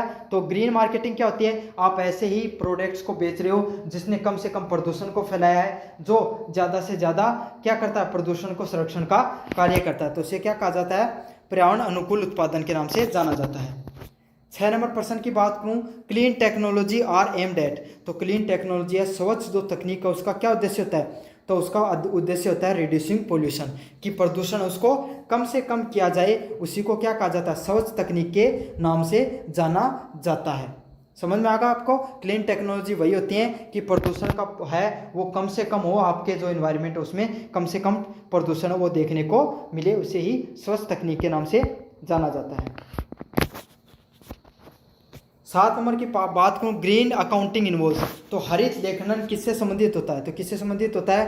राष्ट्रीय खातों में पर्यावरणीय लागत को शामिल करना। मतलब आपने कोई भी हाईवे का निर्माण किया समझ में आ गया, उसमें कितने पेड़ कटे, उससे कितना नुकसान होगा अपने देश को, इन सब चीज़ों को लागू करने का क्या कहलाता है, ये कहलाता है हरित लेखांकन के नाम से जाना जाता है। जो राष्ट्रीय खाते होते हैं इनमें पर्यावरणीय लागत को भी जोड़ा जाता है। अगले वाला प्रश्न है what A resource in environment economics. तो पर्यावरणीय अर्थशास्त्र में संसाधनों का क्या होते हैं, तो पर्यावरणीय अर्थशास्त्र में संसाधन कौन होते हैं, सभी प्राकृतिक और मानव निर्मित इनपुट। तो जो प्राकृतिक रूप से जितने भी जो संसाधन हो गए वो और मानव के द्वारा निर्मित किए गए इनपुट भी किस में आते हैं, पर्यावरणीय अर्थशास्त्र के अंतर्गत आते हैं। तो इसका सही आंसर क्या ऑप्शन नंबर बी होगा, सभी प्राकृतिक और मानव से निर्मित किए गए पदार्थ किस में आते हैं, पर्यावरणीय अर्थशास्त्र के संसाधनों में आते हैं। 9 नंबर प्रश्न है इको मार्क योजना किस लिए शुरू की गई थी।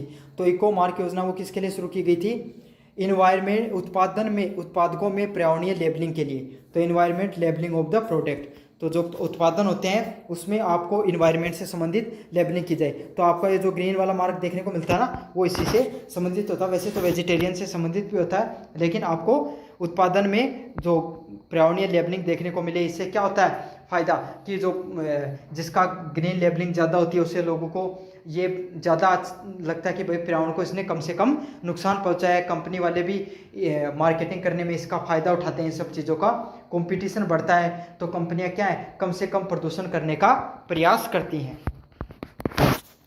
इको लेबल वाले उत्पादन होते हैं तो कौन से होते हैं, जो पर्यावरण के अनुकूल प्रमाणित होते हैं, मतलब उन्होंने कम से कम पर्यावरण प्रदूषण किया है या फिर पर्यावरण के अनुकूल उन्होंने पर्यावरण इको फ्रेंडली प्रोडक्ट्स का निर्माण किया। जैसे कोई भी बिस्कुट मैंने बताया था ना मैंने, वो रिसाइकल रेपर्स का यूज कर रही है, तो इसका मतलब क्या है, उसने इको फ्रेंडली काम किया है। अगले वाला क्या, इन्वायरमेंट कोजेनेट्स कर्व्स। तो पर्यावरण कजनेट्स कर्व्स के बीच में क्या संबंध दिखाता है, तो किसमें, प्रदूषण और आय के बीच में ये है, वो क्या है, कजनेट्स कर्व है वो दिखाता है। तो पर्यावरण और आय के बीच में जो संबंध वो किस कर्व के द्वारा दिखाया जाता है, पर्यावरण कजनेट्स कर्व के द्वारा दिखाया जाता है। मोस्ट इंपॉर्टेंट प्रश्न आएगा एग्जाम में, देख लेना आप। 12 नंबर प्रश्न है KEC के अनुसार जैसे जैसे आय बढ़ती है प्रदूषण क्या होता है, जैसे जैसे आय बढ़ेगी पहले बढ़ता है और फिर घटता है। तो आय बढ़ेगी तो लोग क्या करते हैं, पहले खूब खर्चा करते हैं चीज़ों के ऊपर, समझ में आ गया, तो इससे प्रदूषण बढ़ता है, लेकिन बाद में धीरे धीरे क्या हो जाते हैं, पर्यावरण के प्रति सजग हो जाते हैं और उससे क्या होता है, प्रदूषण फिर घटने लगता है। तो इसका सही आंसर क्या होगा, first increases and then decreases, पहले बढ़ेगा और फिर घटेगा। मोस्ट इंपॉर्टेंट है, प्रश्न आ गया तो काफ़ी बच्चे गलत करके आने वाले इस प्रश्न को। 13 नंबर प्रश्न है कॉस्ट बेनिफिट एनालिसिस इज। तो लागत लाभ का विश्लेषण क्या होगा, तो कुल लाभ पर लागत की तुलना की विधि को क्या कहा जाता है, लागत लाभ। तो सीधी बात है, कोई भी 100 रुपया की थे कोई बिस्कुट को निर्माण करो, आज तो बिस्कुट को उदाहरण है सब क्या, तो ऊपर था 70 रुपया लागा और सारी चीज़ें मतलब लेबर खर्चों सारों मिला के और 30 रुपया बचगा, तो यही क्या कहलाता है, लागत लाभ का विश्लेषण कहलाता है। 14 नंबर प्रश्न है cost benefit analysis A project is accepted when. तो लागत लाभ विश्लेषण में एक परियोजना को तब स्वीकार की जाती है जब उसके अंदर बेनिफिट्स आए हायर देन कॉस्ट। तो लागत लाभ है वो लागत से अधिक हो। तो भाई बेनिफिट में कब होगा, कोई भी कॉस्ट बेनिफिट कब होता है, जब लाभ ज़्यादा हो लागत से, नहीं तो नुकसान में होगी कंपनी। समझ में आ गई थारा, बेनिफिट जब भी होता है कोई भी चीज़ का। सतत विकास का क्या अर्थ होता है, तो सतत विकास का क्या अर्थ होता है, विकास जो वर्तमान आवश्यकता को पूरे करें और भविष्य से भी समझौता ना करें। मतलब जिस तरीके से ऐसे समझ लो कि 2 रोटी थारकन है ना, तो थे भी खाली और थारा बालक भी खाली, ये साबुन उन रोटियां प्रयोग करी, एक थे खाली और एक थारा बालका के लिए रख ली, तो भाई चीज़ क्या कहलाओगी, सतत विकास में कहलाओगी। उदाहरण के रूप में दियो एग्जाम्पल, जैसे कि अपने पास कोयला है, पेट्रोलियम है, डीजल है, पानी है, ये सब क्या है, ये सीमित मात्रा में है। तो इनका प्रयोग हम इस तरीके से करें कि आने वाली भविष्य वाली पीढ़ियाँ भी उनको अच्छे से यूज कर सके। ऐसा नहीं कि अपनी सारा यूज कर लें, सब कुछ का बेड़ा गर्क करके चले जाएं, आने वाली पीढ़ियों को सिर्फ बीमारियों के अलावा कुछ ना बचे। तो इसे क्या कहा जाता है, सस्टेनेबल डेवलपमेंट कहा जाता है, सतत विकास कहा जाता है।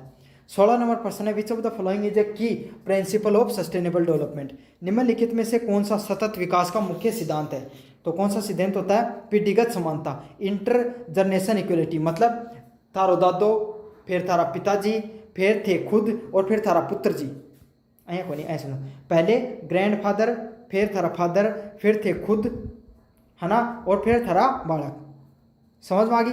तो जो थार दादाजी जो जो पर्यावरण में जिया हा बया को थार पापा ने मिलना चाहिए, बया कोई थान मिलना चाहिए, बया थार बालका ने मिलना चाहिए, सेम टू सेम इन्वायरमेंट मिलना चाहिए, सेम टू सेम जो जय की चीज़ बया को जीवन ब जियो हो बया कोई थे जीना चाहिए। तो वो क्या होगा, एक सतत विकास में होगा। लेकिन अपना मिल रहे है, नहीं मिल रहे है, तो सतत विकास हो रहा है, नहीं हो रहा है। समझ में आ गया आपको। अगले वाला क्या, ग्रीन जीडीपी अकाउंट्स फॉर। तो ग्रीन जीडीपी में क्या आता है, तो ग्रीन जीडीपी में आता है आय में से पर्यावरण का ऋण घटाकर। मतलब आप थारे पिस्सा में जितनों थे आय लगाई है उनमें से थारा पर्यावरण पर थे कितना नुकसान पहुंचाया, वही ग्रीन जीडीपी के अंतर्गत आता है। 18 नंबर प्रश्न है, पर्यावरणीय मूल्यांकन की एक प्रमुख चुनौती क्या होती है। तो measuring the non market values. तो पर्यावरण मूल्यांकन की प्रमुख चुनौती ये थी कि भाई पर्यावरण को जो संबंध हो ना वो सब मार्केट से संबंधित को नहीं हो कोई भी, तो उससे क्या लोगों को मूल्यांकन भी कम से कम करिए। तो ये होता है गैर बाजारी मूल्यों को मापना। Which product is likely to receive the eco mark. तो इको मार्क मिलने की क्या संभावना होती है, जब सोलर कुकर है उसको इको मार्क मिलने की संभावना है। बाकी रासायनिक कीटनाशक यानी भी पर्यावरण प्रदूषण मिलेगा, डीजल कार है यह भी प्रदूषण फैलाओगी, गैर चक्रीय प्लास्टिक है रिसाइकल हो रही है नहीं वो भी प्रदूषण फैलाओगे, तो इको मार्क नहीं मिलेगी। जो सोलर कुकर है वो क्या हो रहा है कि इलेक्ट्रिसिटी है या फिर जो थे क्या बोलिया कि एलपीजी वगैरह का भी यूज करोगे तो वो भी प्रदूषण तो वही है, उन कम करने को प्रयास करोगे, इससे क्या होगा इको मार्क मिल सकता है। 20 नंबर प्रश्न, आखिरी नंबर प्रश्न, ग्रीन टेक्नोलॉजी एम्स टू।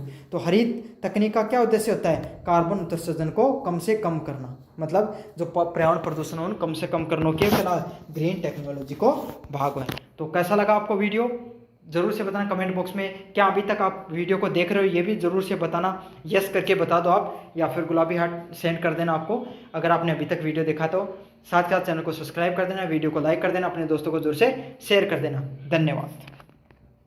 पर्यावरणीय प्रदूषण में सुधार करने के लिए, इम्प्रूव द इन्वायरमेंटल परफॉर्मेंस के लिए आपको किसका प्रणाली का यूज किया जाता है, ईएमएस प्रणाली का प्रयोग किया जाता है। अगले वाला प्रश्न है, ISO 14001 मानक किससे संबंधित है। तो 14001 मानक का वो किससे संबंधित है, इन्वायरमेंट मैनेजमेंट सिस्टम से संबंधित, पर्यावरण प्रबंधन प्रणाली से संबंधित होता है। वो कौन सा मार्क होता है, ISO 14001 मानक है वो पर्यावरण प्रबंधन प्रणाली से संबंधित।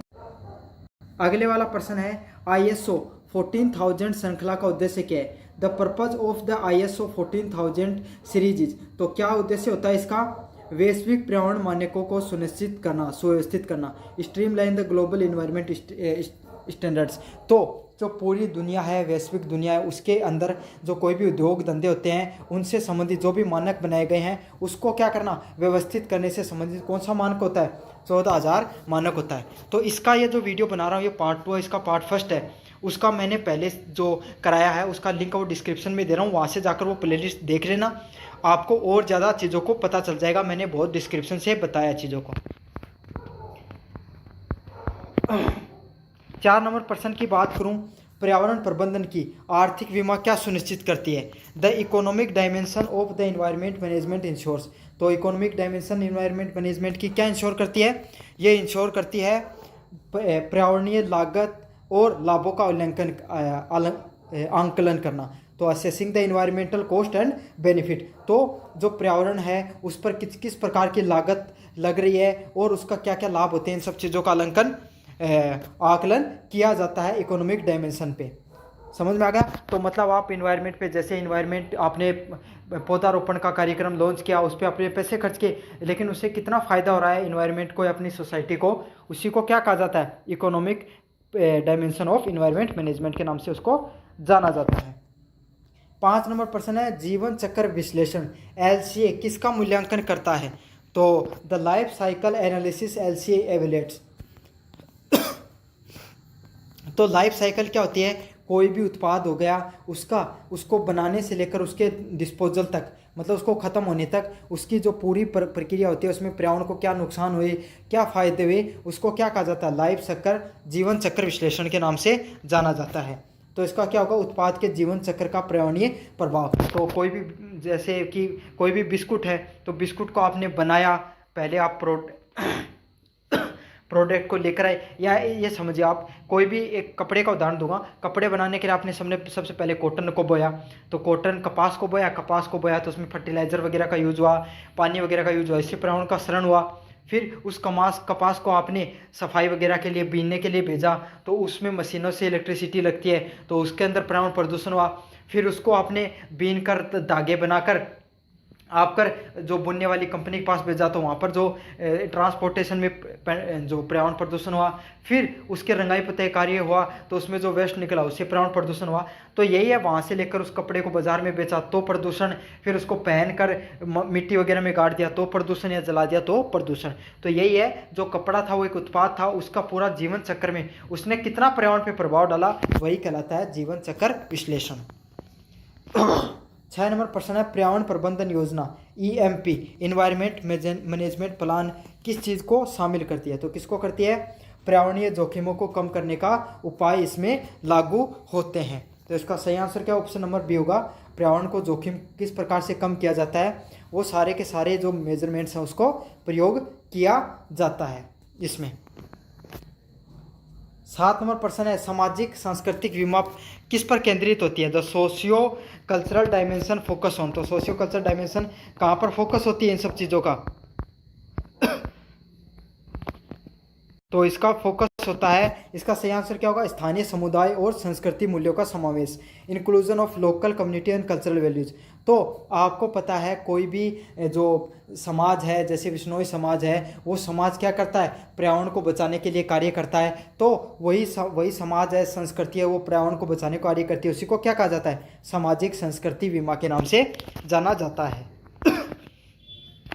अगले वाला है, ISO 14001 प्रमाणन प्राप्त करने के लिए किस सिद्धांत की आवश्यकता होती है? तो किस सिद्धांत की आवश्यकता होती है? निरंतर सुधार की, कंटिन्यूस इंप्रूवमेंट की। मतलब आपको अपनी कंपनी में लगातार पर्यावरण से संरक्षण से संबंधित आपको लगातार कार्य करने होंगे, तभी आप इस ISO मार्क को प्राप्त कर सकते हो। तो इसका सही आंसर क्या होगा? ऑप्शन नंबर बी होगा, कंटिन्यूस इंप्रूवमेंट, लगातार सुधार करते रहने होंगे आपको। 9 नंबर प्रश्न है, नैतिक व नैतिक विमा संबंधित होती है। The ethical and the moral dimension relates. तो किससे संबंधित होती है? पर्यावरणीय न्याय और भावी पीढ़ी की जिम्मेदारी से संबंधित होती है। तो the environmental justice and responsibility toward the future generations. तो आपको क्या होगा? नैतिक और नैतिक बीमा क्या होगी कि आप इस समय हो वो किस प्रकार से जो संसाधन है, जैसे पानी हो गया, पेट्रोलियम हो गया, डीजल हो गया, लोहा चांदी जो भी खनिज हो गए, उनको किस तरीके से प्रयोग करते हो कि आने वाली पीढ़ियाँ वो भी अच्छे से उनका उपयोग में कर सकें। आपने ऐसा नहीं कि पूरा वायु प्रदूषण कर दिया, समुद्रों को ख़त्म कर दिया, खनिज बचाए नहीं। तो इससे क्या आने वाली पीढ़ियों को उनका भुगतान करना होता है। तो यही कहा जाता है कि आप उनको अच्छे से प्रयोग करोगे तो यही आपकी नैतिक जिम्मेदारी भी बनती है। अगले वाला प्रश्न है, जीवन चक्र विश्लेषण LCA का क्या चरण होता है? तो जीवन चक्र विश्लेषण का क्या चक्र होता है? तो इसका सही आंसर होगा कच्चा माल उत्पादन, उपयोग और निपटान। तो मैंने बताया था कि कपास को अपने कच्चे माल को उगाया, फिर उसका उत्पादन किया, आपने कपड़े का निर्माण किया, फिर लोगों ने उसको उपयोग किया और फिर उसको निपटान कर दिया, उसको जला दिया, रिसाइकल के लिए भेज दिया। ये सब किस में आता है? जीवन चक्र विश्लेषण में आता है। Raw material, production, use and disposal, सारे के सारे फैक्टर वो किससे संबंधित हैं? लाइफ साइकिल एनालिसिस से संबंधित हैं। 11 नंबर प्रश्न है, राजनीतिक और कानूनी बीमा में क्या शामिल होता है? The political and the legal dimensions involves. तो जो राजनीतिक और कानूनी बीमा में क्या शामिल होता है? पर्यावरणीय, कानूनी और सरकार नीतियों का अनुपालन करना। तो सरकार है वो हर प्रकार की इंडस्ट्री हो गई, उसके से संबंधित क्या कानून लागू करती है? उससे संबंधित सरकार वो नियमों को लागू करके रखती है कि हर इंडस्ट्री है उसको किस किस प्रकार के नियमों का पालन करना चाहिए, जो मजदूर होंगे उनकी सेफ्टी का ध्यान में रखना चाहिए, पर्यावरण को प्रदूषण कम करने के लिए जो सोलर इलेक्ट्रिसिटी वगैरह उनका ज़्यादा उपयोग करना चाहिए। तो यही होता है कानूनी और राजनीतिक बीमा। पॉलिटिकल एंड लीगल डायमेंशन में क्या होता है? Compliance with the environmental law and the government policies. पर्यावरण प्रबंधन प्रणाली EMS का प्रमुख लाभ क्या होता है? A key benefit of an EMS is. तो EMS का प्रमुख लाभ क्या होता है? संसाधन दक्षता और जोखिम को कम करना, resources efficiency and the risk reduction. तो आपको क्या करना होता है, ईएमएस का जब आप प्रयोग करते हो तो संसाधनों का आप अच्छे से प्रयोग कर सकते हो। जैसे आपके पास एक समझ लो चमड़ा उद्योग है, मतलब आप लेदर के बेल्ट वगैरह जूते बनाते हो, तो उसमें जो पानी का उपयोग होता है आप उसको वेस्ट ट्रीटमेंट कर लेते हो, मतलब उस पानी का आपको ट्रीटमेंट करके रिसाइकल करके फिर से यूज़ कर लेते हो। तो इससे क्या हुआ, संसाधन उसको फिर से प्रयोग हुआ, साथ के साथ उस जो वेस्ट मटेरियल है, जो पानी था वो नदी में बहाते, कोई नाले में बहाते, और वो उससे क्या होता, जो नदी का प्रदूषण बढ़ता या लोगों को नुकसान पहुँचता, तो इससे जोखिम भी कम होता है। तो ईएमएस प्रणाली से संसाधनों की दक्षता बढ़ती है और जोखिम कम होता है, resources efficiency and risk reduction होता है। 13 नंबर प्रश्न, ISO 14001 पर्यावरण नीति होनी चाहिए। तो ये किससे संबंधित होती है नीति, an ISO 14000 the environment policy must be. तो किससे संबंधित होती है, committed to by the top management.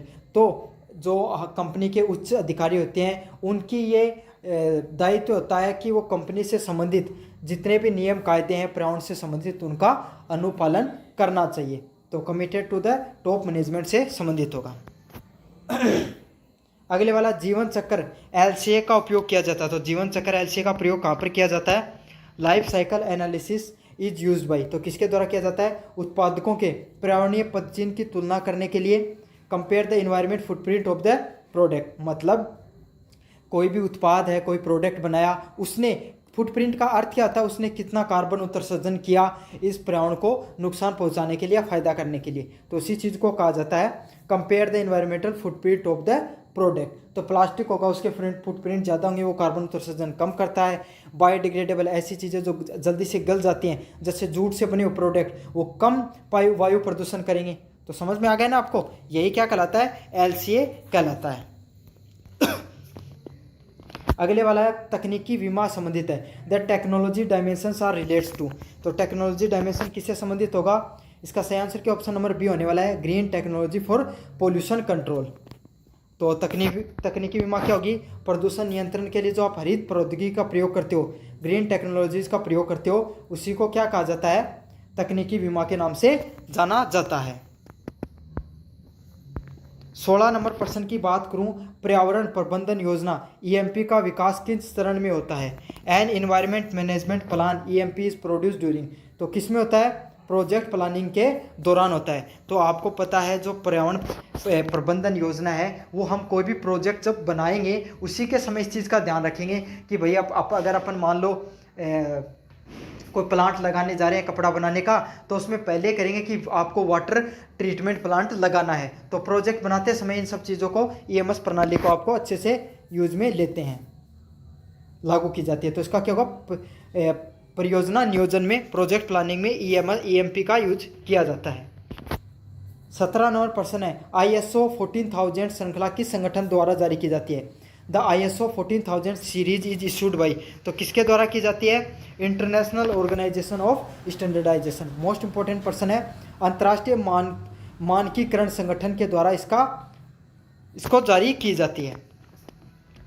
18 number प्रश्न है, पर्यावरणीय प्रभावों को परिभाषित किया जाता है, environmental impact is defined as. तो पर्यावरणीय प्रभावों को किस प्रकार से परिभाषित किया जाता है, पर्यावरण पर किसी भी गतिविधि का कोई भी परिवर्तन ना हो, any change to be the environment from an activity. तो पर्यावरण गतिविधि पे किसी भी प्रकार का कोई पर्यावरण परिवर्तन नहीं हो, उसी को क्या कहा जाता है, पर्यावरण प्रभाव के नाम से जाना जाता है। समझ में आ गया। 19 नंबर प्रश्न है, ISO 14001 के तहत पर्यावरणीय अंकेक्षण का उद्देश्य क्या था, purpose of environmental audit under ISO 14001 is to. तो क्या होता है इसका, EMS को अनुपालन करना, प्रभावशीलता से स्थापित करना, verify EMS compliance and effectiveness. तो आपको मैंने बताया था सरकार के द्वारा, हर सरकार के द्वारा जो अलग अलग ट्रिब्यूनल होते हैं, एयर ट्रिब्यूनल, वाटर ट्रिब्यूनल हो गया, पोल्यूशन कंट्रोल बोर्ड हो गया, ये सब क्या होते हैं, मानक जारी करते हैं। जैसे अगर आपकी सीमेंट की फैक्ट्री है तो सीमेंट की फैक्ट्री में किस किस प्रकार के पर्यावरण से प्रबंधन से संबंधित नियम हो गए, कानून हो गए, उनको अनुपालन करना चाहिए फैक्ट्री के द्वारा, वो सब सरकार के द्वारा बताए जाते हैं। अब क्या होता है, जब प्रोजेक्ट बनाया गया तो उन सब का लागू किया गया, तो हर साल उनकी ऑडिट की जाती है और अधिकारियों के द्वारा कि उन सब नियमों का पालन हो रहा है या नहीं हो रहा है, वही क्या कहलाती है, इन्वायरमेंटल एडिट अंडर ISO 14001। समझ में आ गया। तो ईएमएस का अनुपालन हो रहा है या नहीं हो रहा है, उसको अच्छे से लागू किया जा रहा है नहीं किया जा रहा है, वही इसके तहत आती है। 20 नंबर प्रश्न है, पर्यावरण प्रबंधन का केंद्रीय लक्ष्य क्या है? The central goal of environmental management is, तो इन्वायरमेंट मैनेजमेंट का लक्ष्य क्या होता है? अचीव द सस्टेनेबल डेवलपमेंट, मतलब टिकाऊ विकास प्राप्त करना। टिकाऊ विकास क्या होता है? ऐसा विकास करना जिससे क्या आने वाली पीढ़ियां हैं उसको भी लाभ मिल सके। समझ में आ गया? ऐसा नहीं कि आपने पर्यावरण को इतना खत्म कर दिया कि आने वाली पीढ़ियों के पास कुछ बचा ही नहीं। समझ में आ गया आपको या नहीं आया? कमेंट बॉक्स में जोर से बताना। यूनिट नंबर फर्स्ट आपकी कंप्लीट हो चुकी है, यूनिट नंबर सेकंड शुरू करेंगे अपन। इसका क्या है? यूनिट नंबर सेकंड में प्रश्न है the primary objective of EIA. तो ईआईए का जो प्राइमरी ऑब्जेक्ट क्या होते हैं? तो इसके होते हैं पर्यावरणीय प्रभावों को पहचानना और कम करना, identify and mitigate the environment impacts. तो पर्यावरणीय जो प्रभाव हैं उनको पहचानना और कम करना क्या कहलाता है? ईआईए के द्वारा हो। तो जो ईआईए की फुल फॉर्म क्या होती है? इन्वायरमेंटल इम्पैक्ट असेसमेंट के नाम से इसको जाना जाता है। मतलब इसमें क्या होता है? इन्वायरमेंट इम्पैक्ट असेसमेंट में क्या देखा जाता है कि कोई भी प्रोजेक्ट आप लॉन्च करने जा रहे हो, जैसे सीमेंट की फैक्ट्री लगाने जा रहे हो, तो इसके आसपास क्या किस प्रकार का इन्वायरमेंट पर्यावरण पे प्रदूषण पड़ेगा। तो जैसे सीमेंट की फैक्ट्री होगी, उसके आसपास आपको पता है जो ज़मीन वगैरह है उस पर धूल मिट्टी उड़ के जाएगी, तो वो ख़राब हो जाएगी, वहाँ से लोगों को आपको उठाना पड़ेगा। तो ये सब चीज़ें हैं वो इन्वायरमेंट को इम्पैक्ट करती हैं। तो इसका सही क्या होगा? पर्यावरण प्रभावों को पहचान करना और कम करना उन्हें। ईआई की प्रक्रिया में क्या शामिल है? द ईआई प्रोसेस इंक्लूड्स, तो क्या होता है? स्क्रीनिंग, स्कोपिंग, प्रभाव विश्लेषण, मिटिगेशन। मतलब स्क्रीनिंग का अर्थ क्या होता है? जब भी आप प्रोजेक्ट लॉन्च करोगे तो सबसे पहले देखोगे कि यहाँ पर ऐसी ज़मीन है, ऐसी जगह है, यहाँ पर क्या क्या प्रकार के इन्वायरमेंट पे पोल्यूशन हो सकता है। फिर स्कोपिंग, मतलब किस प्रकार का स्कोप है वो पर्यावरण को कम करने से संबंधित है। दूसरा इम्पैक्ट, तो इम्पैक्ट क्या होगा कि भाई कितना प्रकार का प्रभाव है वो इन्वायरमेंट पे पड़ने वाला है, इन सब चीज़ों को देखा जाएगा। फिर क्या होगे? आपको उसका एनालिसिस करोगे, उसका विश्लेषण करोगे, और अगला क्या? मिटिगेशन, मतलब उसको कम करने का प्रयास करोगे। तो यही आता है ईआई प्रोसेस के अंतर्गत है, ये सारी की सारी चीज़ें देखने को मिलती है। मोस्ट इंपॉर्टेंट पर्सन है, रट लेना ये वाला। सामाजिक प्रभाव आंकलन, ऐसा ये किससे संबंधित है? सोशल इम्पैक्ट असेसमेंट किससे संबंधित होता है? तो किससे संबंधित होता है? समुदाय और संस्कृति प्रभावों का मूल्यांकन करना, evaluating the community and the cultural impact.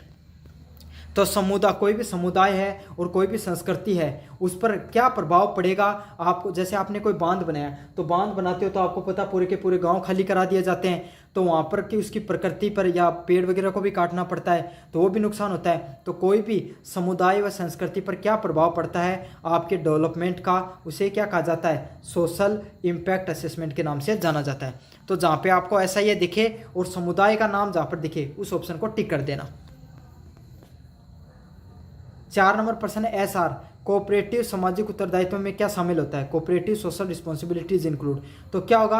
पर्यावरण, शिक्षा और स्वास्थ्य में योगदान करना।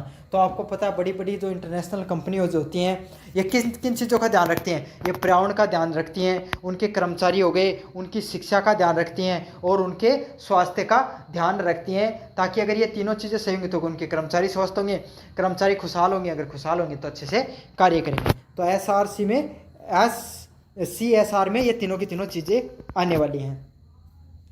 5 नंबर प्रश्न है benefit of environmental audit is, तो इन्वायरमेंट ऑडिट का क्या बेनिफिट होता है? सही आंसर ऑप्शन नंबर बी होगा, अनुपालन करना, सुनिश्चित करना और जोखिम को कम करना।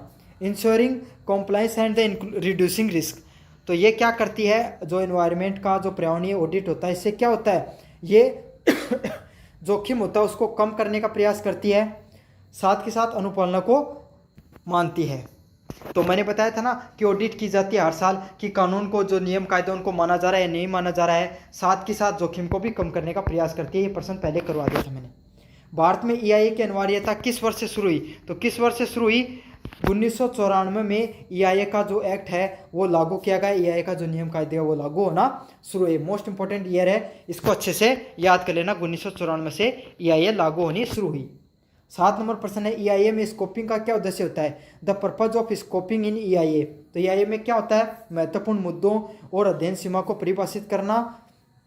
मतलब EIA में क्या स्कोपिंग का क्या अर्थ होता है कि महत्वपूर्ण जो मुद्दे हैं, कि भाई जैसा कि है कि जो आपको पता, आपने मैंने सीमेंट की फैक्ट्री वाला एग्जांपल से समझाने वाला हूँ, आपने दिया, या फिर ऐसे में बांध वाला एग्जांपल ले लो, तो वहाँ के लोग वहाँ पर क्या करेंगे? विरोध करेंगे। या पहाड़ों में आप जैसे कि कश्मीर में या फिर लद्दाख में अगर आप बांध बना रहे हो, तो उससे क्या होता है, वहाँ की जो भूमि है वो क्या होती है? लैंडस्लाइड बहुत होता है, भूसंकलन बहुत होता है। तो पानी के दबाव से भूसंकलन हो सकता है। आपने देखा था थोड़े से दिन पहले कि लोगों के घरों में दरार आने लग गई थी। तो यही सब चीज़ें क्या होती हैं? स्कोपिंग के अंतर्गत आती हैं। महत्वपूर्ण मुद्दों की अध्ययन करना और सीमा को परिभाषित करना। 8 नंबर प्रश्न है CSR गतिविधि के लिए भारत में कंपनियों को कितना खर्च करना आवश्यक होता है? तो CSR गतिविधियों के लिए जो आपको सोशल कंट्रीब्यूशन कितना करना होता है? कितना परसेंटेज करना होता है? 2% पैसा आपको सोशल चीज़ों पे, सोशल वर्क्स पे लगाना होगा। और ये कौन से एक्ट के तहत लागू हुआ? 2013 एक्ट के तहत लागू हुई है ये चीज़।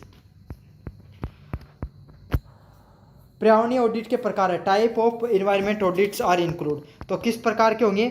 उसमें अनुपालन करना, प्रदर्शन व प्रबंधन ऑडिट करना, compliance, performance and management audit. तो मोस्ट इंपॉर्टेंट पर्सन अच्छे से याद कर लेना, टेक्निकल पर्सन है।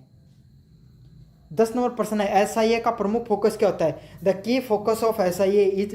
तो SIA का की फोकस क्या होता है? स्थानीय समुदाय के पर प्रभाव। तो जो सोशल इम्पैक्ट असेसमेंट होता है, इसमें इन सब चीज़ों का ध्यान रखा जाता है कि मैंने बताया था कि बांध बनाएगा तो वहाँ पर जो स्थानीय लोग हैं उन पर क्या प्रभाव पड़ेगा। तो आपने जैसे लद्दाख में बनाया तो वहाँ पर क्या हो गई, वहाँ के लोगों के जो घर वगैरह उनमें दरार आने लग गई, और जो वायु, जो वहाँ पे जानवर वगैरह हैं या परिस्थितियाँ, उसमें भी प्रभाव पड़ा। तो इन सब चीज़ों का ध्यान में रखा जाता है। किसके तहत आता है? SIA के तहत आता है, जहाँ पर क्या देखा जाता है? जो स्थानीय जो समुदाय है उस पर किस प्रकार का प्रभाव पड़ रहा है, ये सब चीज़ें देखी जाती हैं। 11 नंबर प्रश्न है EIA रिपोर्ट को क्या कहा जाता है? The EIA report is called. तो EIA रिपोर्ट को क्या कहा जाता है? पर्यावरणीय प्रभाव विवरण, इन्वायरमेंटल इम्पैक्ट स्टेटमेंट। तो EIA क्या होती है? इन्वायरमेंट इम्पैक्ट स्टेटमेंट के नाम से इसकी जाना जाता है, ये इसकी फुल फॉर्म होती है। 12 नंबर प्रश्न है भारत में पर्यावरणीय ऑडिट कार्यक्रम की शुरुआत कब हुई? Who inaugurate the environment audit program in India. तो किसने लॉन्च किया ये? CPCB के द्वारा, केंद्रीय प्रदूषण नियंत्रण बोर्ड के द्वारा, सेंट्रल पोल्यूशन कंट्रोल बोर्ड के द्वारा। किसकी? EIA जो रूल EIA ऑडिट की शुरुआत की गई, इन्वायरमेंट ऑडिट की शुरुआत की गई। तो पोल्यूशन से संबंधित जितने भी नियम होते हैं उनको कंट्रोल करने का कौन सा बोर्ड कार्य करता है? सेंट्रल पोल्यूशन कंट्रोल बोर्ड है, वो इसको कंट्रोल करने का कार्य करता है। 13 नंबर प्रश्न है CSR गतिविधियों का क्या उदाहरण है? Example of CSR activities include. तो CSR गतिविधियों का क्या उदाहरण है? ऑप्शन नंबर बी, शिक्षा, स्वच्छता व वनीकरण, education, sanitation and the afforestation है, वो CSR गतिविधियों में शामिल होता है। तो मैंने बताया था, शिक्षा हो गई, स्वास्थ्य हो गया, वनीकरण हो गया। कोई भी कंपनी है वो बच्चों को शिक्षा देगी, स्वच्छता का ध्यान रखेगी, और वन पे एफॉरेस्टेशन, जो ज़्यादा से ज़्यादा पेड़ लगाने का कार्यक्रम लॉन्च करेगी। तो आपको पता है काफ़ी ज़्यादा जो ये कंपनियाँ होती हैं, अलग अलग कंपनियों के द्वारा वनों को बचाने का कार्यक्रम जरूर से लॉन्च किया जाता है। 14 नंबर प्रश्न है द इम्पोर्टेंस ऑफ EIA का क्या महत्व होता है? टिकाऊ विकास को सुनिश्चित करना, इंश्योर द सस्टेनेबल डेवलपमेंट। मतलब ऐसे डेवलपमेंट्स को, ऐसे जो विकासों को महत्व देना जिससे कि आने वाली भविष्य वाली पीढ़ियों को भी फायदा मिल सके इस तकनीक का या इन्वायरमेंट का। 15 नंबर क्या? पर्यावरणीय ऑडिट का चरण नहीं होता। तो क्या क्या चरण नहीं होता है? योजना बनाई जाती है, बिल्कुल कोई भी चीज़ करने से योजना होनी चाहिए।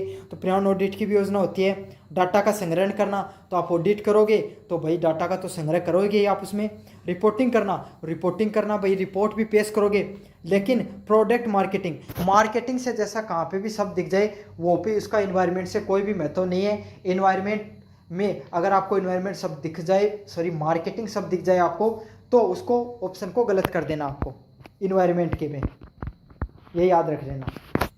EIA में सार्वजनिक सुनवाई का क्या उद्देश्य होता है? The purpose of public hearing in EIAs। तो क्या होता है? स्थानीय समुदाय की चिंताओं को सुनना, एड्रेस लोकल कम्युनिटी कंसर्न। तो जो स्थानीय समुदाय होते हैं उनकी चिंताओं को सुनने से संबंधित क्या होता है, पब्लिक हियरिंग को जाना जाता है कि आप जो स्थानीय मुद्दे हैं, उनकी चिंताएं हैं लोगों की, उनको सुन रहे हो। तो आपने बांध बनाया, उसमें सुना, तो आपने भाई बांध को क्या तो उसकी जो छोटा करोगे, मतलब उसका कम कैपेसिटी का बनाओगे, या फिर हो सकता है आप कहीं और ट्रांसपोर्ट कर दो उसको, या फिर लोगों को और नई जगह ले जाकर आप बसाने का कार्य करो। तो ये सब चीज़ें हैं वो इसके अंतर्गत आएंगी, पब्लिक हियरिंग के अंतर्गत आती हैं। 17 नंबर प्रश्न है, CSR के तहत कंपनियों को अपनी रिपोर्ट कहाँ दाखिल करनी होती है? तो where the must companies file the CSR report in India. तो कहाँ करती हैं? MCA, ministry of corporate affairs के अंदर जो कंपनियां वो अपनी रिपोर्ट को दाखिल करती हैं। पर्यावरणीय ऑडिट में अनुपालन ऑडिट क्या जांचता है? तो compliance audit in the environment audit sec. तो किस चीज़ का जांच की जाती है? उसमें जांच की जाती है कानून और विनियम आवश्यकताओं का पालन। तो मैंने ये बताया था कंप्लायंस ऑडिट होता है, इसमें क्या जो कानूनी और जो नियम कायदे जो बनाए गए हैं, क्या उनका अनुपालन हो रहा है या नहीं हो रहा है, वो किस में आता है? कंप्लायंस ऑडिट के अंतर्गत आता है। अच्छे से याद कर लेना, मोस्ट इंपॉर्टेंट क्वेश्चन है। 19 नंबर प्रश्न है, EIA किस प्रकार की परियोजना के लिए अनिवार्य है? तो किस प्रकार की परियोजना के लिए EIA अनिवार्य होता है? बड़ी बुनियादी ढांचा और औद्योगिक परियोजनाओं के लिए EIA अनिवार्य होता है। तो बड़े बड़े आपको उद्योग होते हैं, उनके अंदर EIA इन्वायरमेंट इम्पैक्ट असेसमेंट को लागू करना ज़रूरी होता है। तो बहुत मोस्ट इंपॉर्टेंट प्रश्न है ये वाला भी, कि EIA कहाँ लागू होता है? बड़े बड़े प्रोजेक्ट हो गए, उद्योग हो गए, उनमें इसको लागू किया जाता है। 20 नंबर प्रश्न है, भारत में पर्यावरणीय ऑडिट किस अधिनियम के तहत आता है? तो environment auditing in India falls under which act. तो किस एक्ट के तहत आता है? पर्यावरण संरक्षण अधिनियम 1986 के तहत आता है। पर्यावरण ऑडिट है वो अधिनियम है, वो किस में आता है? पर्यावरण संरक्षण अधिनियम 1986 के तहत आता है। समझ में आ गए होंगे मेरे हिसाब से सारे के सारे प्रश्न। यूनिट नंबर 3 की अगर मैं बात करूं तो उसमें पहला प्रश्न है, वायु प्रदूषण निवारक व नियंत्रक अधिनियम 1981 किस वर्ष लागू हुआ था? तो ये तो पहले दे रखा वहाँ पर, लेकिन ऐसा नहीं आएगा। Air prevention and control of pollution, मतलब वायु प्रदूषण को नियंत्रण करने से संबंधित कानून कब लागू हुआ था? 1981 में हुआ था। समझ में आ गया? 1981 में लागू हुआ था एयर पोल्यूशन से संबंधित एक्ट। मोस्ट इंपॉर्टेंट प्रश्न, अच्छे से याद कर लेना। पर्यावरण संरक्षण अधिनियम 1986 किस आधार पर बनाया गया था? The environment protection act 1986 was enacted under which constitutional provision. तो किसके तहत?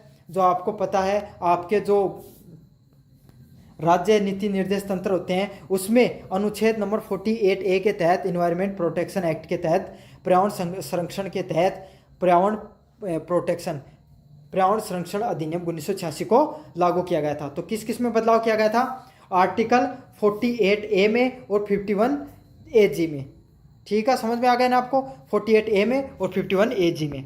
तो ये दोनों के दोनों राज्य नीति निर्देश तंत्र होते हैं, 48A वाला और 51AG वाला ग्रीनरी से संबंधित। ये क्या होता है? हमारे मौलिक कर्तव्यों से संबंधित होता है। खतरनाक अपशिष्ट प्रबंधन नियम 1989 के तहत किसे नियंत्रित किया गया है? तो hazardous waste management handling rule 1989 regulates. तो किस चीज़ को रेगुलेट करता है? Chemical and the biomedical waste.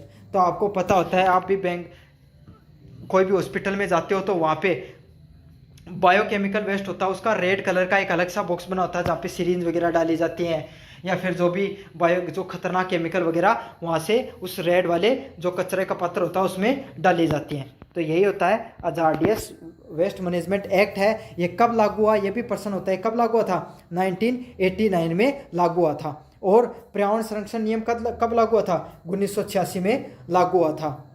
ठीक है।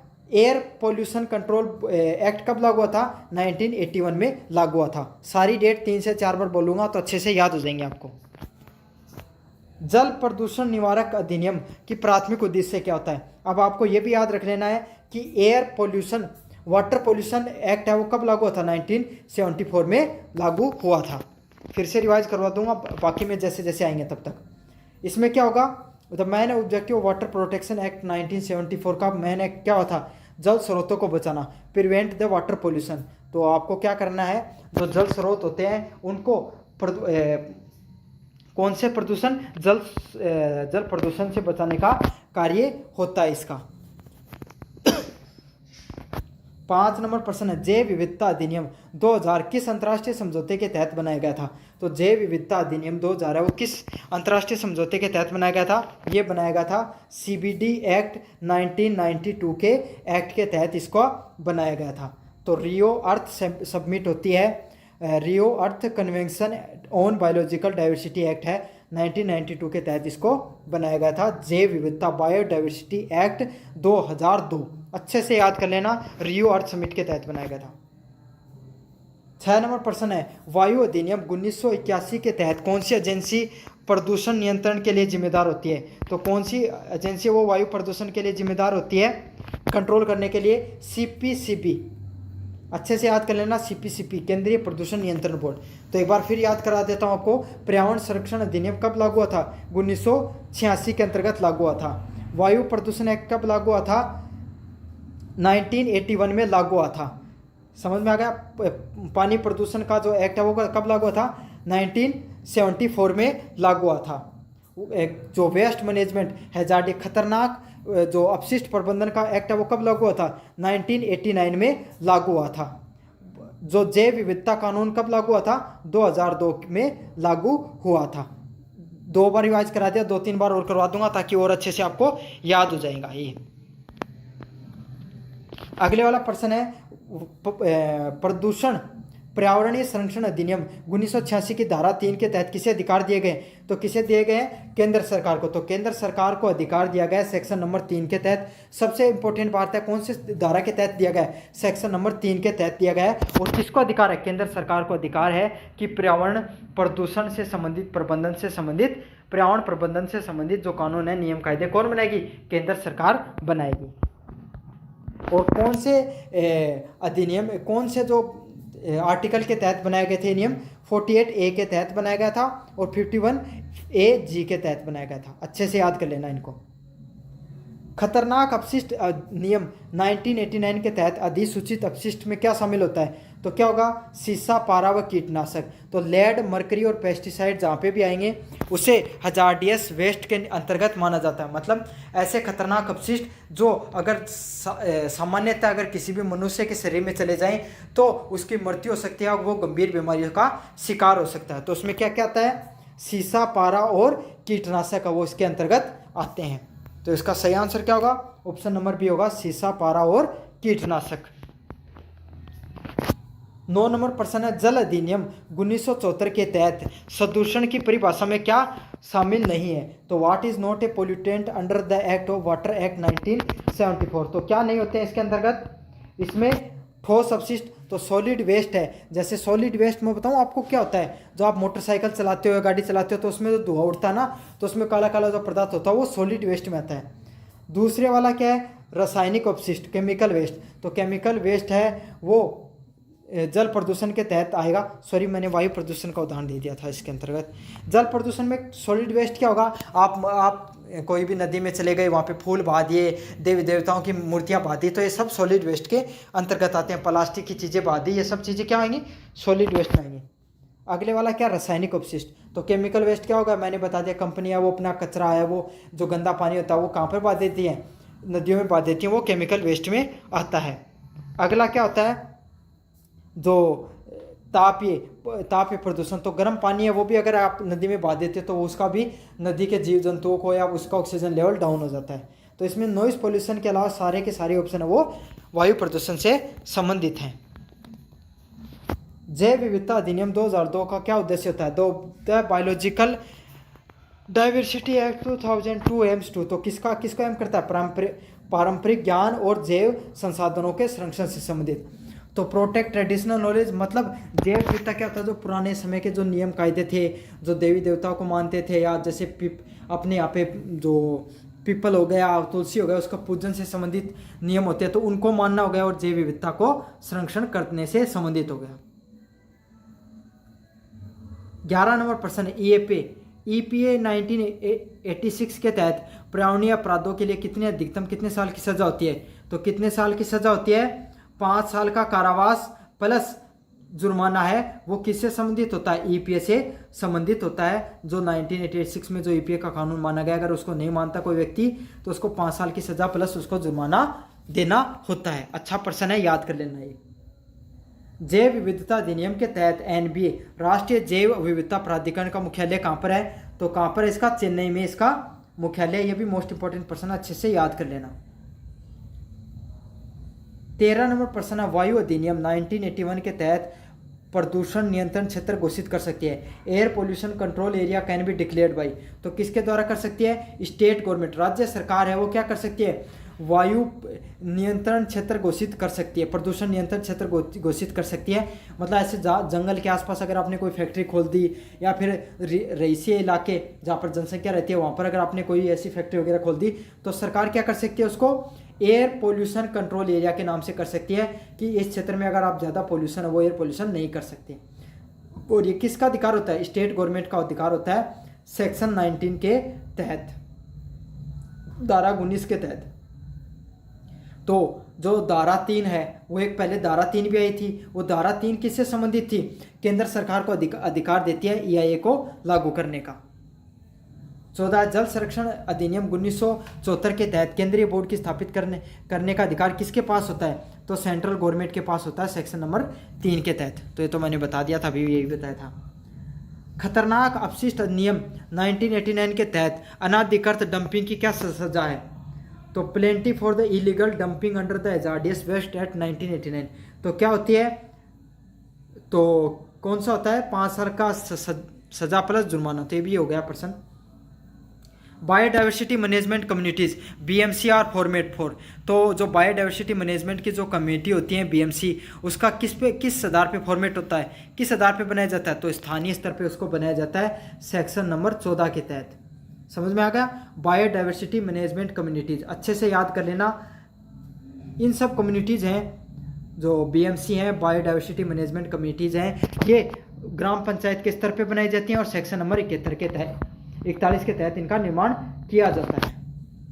17 नंबर प्रश्न है, EPA 1986 के तहत पर्यावरणीय प्रभाव आकलन करना की अनिवार्यता किस वर्ष शुरू की गई थी?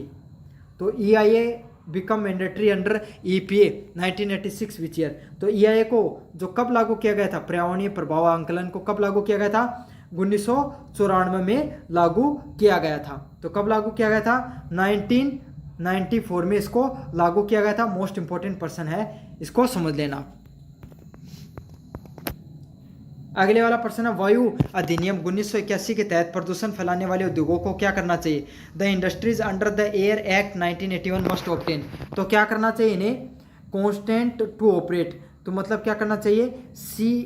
CPCB का प्रयोग में लेना चाहिए। जैव विविधता अधिनियम के तहत ABS पहुंच और लाभ साझाकरण, access and the benefit sharing ABS under the biodiversity act relates to. तो इसका किस में होता है? इसका होता है जैविक संसाधनों के उपयोग से लाभ साझा करना, sharing benefit from the biological resources. तो इसमें क्या होता है? आप जैविक संसाधन है उसका उपयोग से उसको क्या आपको लाभ मिलता है? वो होता है ABS। जल अधिनियम 1974 के तहत राज्य बोर्ड की क्या भूमिका है? The state pollution control board SPCB under the water act 1974 is. तो क्या कर सकता है वो कर सकता है आपका प्रदूषण निगरानी और नियंत्रण का कार्य कर सकता है। तो जैसे सेंट्रल गवर्नमेंट पे CPCB होता है, वैसे ही राज्य स्तर पे SPCB होता है। वो क्या कर सकता है? आपका वाटर कंट्रोल एक्ट के तहत जो पानी प्रदूषण है उसका नियंत्रण करने का कार्य कर सकता है। जैसे कोई भी नदी हो गई, उसमें अगर वेस्ट वगैरह जा रहा है तो उसको कंट्रोल करने का कार्य कर सकता है। पर्यावरणीय अर्थशास्त्री की क्या परिभाषा होती है? Environmental economics is defined as. तो इन्वायरमेंटल इकोनॉमिक्स को किस नाम से जाना जाता है? आर्थिक गतिविधियों और पर्यावरण के बीच में संबंध का विश्लेषण करना। मतलब जो आर्थिक गतिविधि हो रही है, मतलब आप पैसे कमा रहे हो और उसका पर्यावरण के बीच में क्या संबंध है, उसको कितना नुकसान हो रहा है, कितना फायदा हो रहा है, उसको क्या कहा जाता है? इन्वायरमेंट इकोनॉमिक्स या पर्यावरण अर्थशास्त्र के नाम से जाना जाता है। पर्यावरणीय मूल्यांकन वैल्यूएशन का क्या उद्देश्य होता है? The purpose of environment valuation is to. क्या होता है? पर्यावरणीय लाभों और हानियों का आर्थिक मूल्य देना। Assign the economics value of environment benefit and cost. तो पर्यावरण के लाभों को और हानियों का आर्थिक मूल्य देना ही क्या कहलाता है? एनवायरनमेंट वैल्यूएशन के नाम से जाना जाता है। जैसे कोई भी मैंने सीमेंट की फैक्ट्री वाला उदाहरण दिया था ना, तो उसमें कितना पर्यावरण को नुकसान हो रहा है और कितना हानि हो रही है, उसके रूप में आप उसको जो गवर्नमेंट को एक ग्रीन टैक्स होता है वो देना पड़ता है, उसी को क्या कहा जाता है, पर्यावरणीय मूल्यांकन के नाम से जाना जाता है। ग्रीन मार्केटिंग में क्या शामिल है, तो ग्रीन मार्केटिंग में क्या शामिल होता है, ऐसे प्रोडक्ट को बेचना जो पर्यावरण के अनुकूल हो। तो जैसा कि आप प्लास्टिक की जगह जूट के बैग का प्रयोग करने लगे, कपड़े के बैग का प्रयोग करने लगे, कोई बायोडिग्रेडेबल प्रोडक्ट का बैग्स का वगैरह का यूज़ करने लगे प्लास्टिक की जगह, तो वही क्या होगा, पर्यावरण अनुकूल उत्पादों की बिक्री में आएगा। क्या ग्रीन मार्केट है वो किससे संबंधित आता है, पर्यावरण से संबंधित जो प्रोडक्ट होते हैं, उत्पाद होते हैं, उनकी बिक्री से संबंधित होता है। 4 नंबर प्रश्न इको लेबलिंग का उदाहरण है। तो इको लेबलिंग का क्या उदाहरण होता है, उदाहरण होता है भारत का इको मार्क स्कीम को लागू करना। इंडियाज इको मार्क स्कीम है, उसको लागू करने किससे संबंधित होता है, इको लेबलिंग से संबंधित होता है। 5 नंबर प्रश्न है पर्यावरण कुंजनेट्स परिकल्पना EKC क्या कहलाती है, the environment Kuznets curves hypothesis suggest. तो क्या सजेस्ट करती है, प्रदूषण पहले बढ़ता है, फिर आय के स्तर एक स्तर के बाद में घटता है। मतलब पहले प्रदूषण बढ़ेगा, लेकिन बाद में समय के साथ है, जैसे जैसे पैसा बढ़ता चला जाता है, प्रदूषण भी घटता चला जाता है। तो इसी को क्या कहा गया, पर्यावरण कुंजनेट्स परिकल्पना के नाम से जाना गया है। 6 नंबर प्रश्न, हरित लेखांकन ग्रीन काउंटिंग में क्या शामिल होता है। ग्रीन काउंटिंग में क्या शामिल होता है, प्राकृतिक संसाधनों का ह्रास और पर्यावरणीय लागत। तो depletion of natural resources and the environmental cost. तो ग्रीन काउंटिंग में क्या होगा, प्राकृतिक के जो संसाधन है उसका क्या मतलब ऐसे समझ लो, मैंने वो बताया था ना कि क्या बताऊं मैं आपको, किसका उदाहरण देकर बताऊं, वही सीमेंट की फैक्ट्री वाले ले लेते हैं। तो उससे कितना नुकसान हो रहा है एनवायरनमेंट को, प्राकृतिक संसाधनों को। आपने मान लो कि कोई कोयला निकालने की खदान ली, तो उसमें अपने पेड़ों को, बहुत ज़्यादा पेड़ों को काटना पड़ा, या कोई हाईवे बनाया तो इससे पेड़ों वगैरह को काटना पड़ा, तो उससे क्या होगा, जो प्राकृतिक संसाधनों का कितना नुकसान हुआ, कितनी पर्यावरण पर लागत आई, उसी को क्या कहा जाता है, हरित लेखांकन के नाम से जाना जाता है। क्लीन टेक्नोलॉजीज, तो क्लीन टेक्नोलॉजी क्या होती है, प्रदूषण को कम करने वाली तकनीक। तो जैसे कि आपकी जो मशीन वगैरह हैं जो आप कंपनी में यूज़ करते हो, उसमें आपने नॉर्मल इलेक्ट्रिसिटी की जगह सोलर ऊर्जा का यूज़ करने लग गए, तो ये क्या होती है, क्लीन टेक्नोलॉजी का उपयोग में आने लग जाएंगे।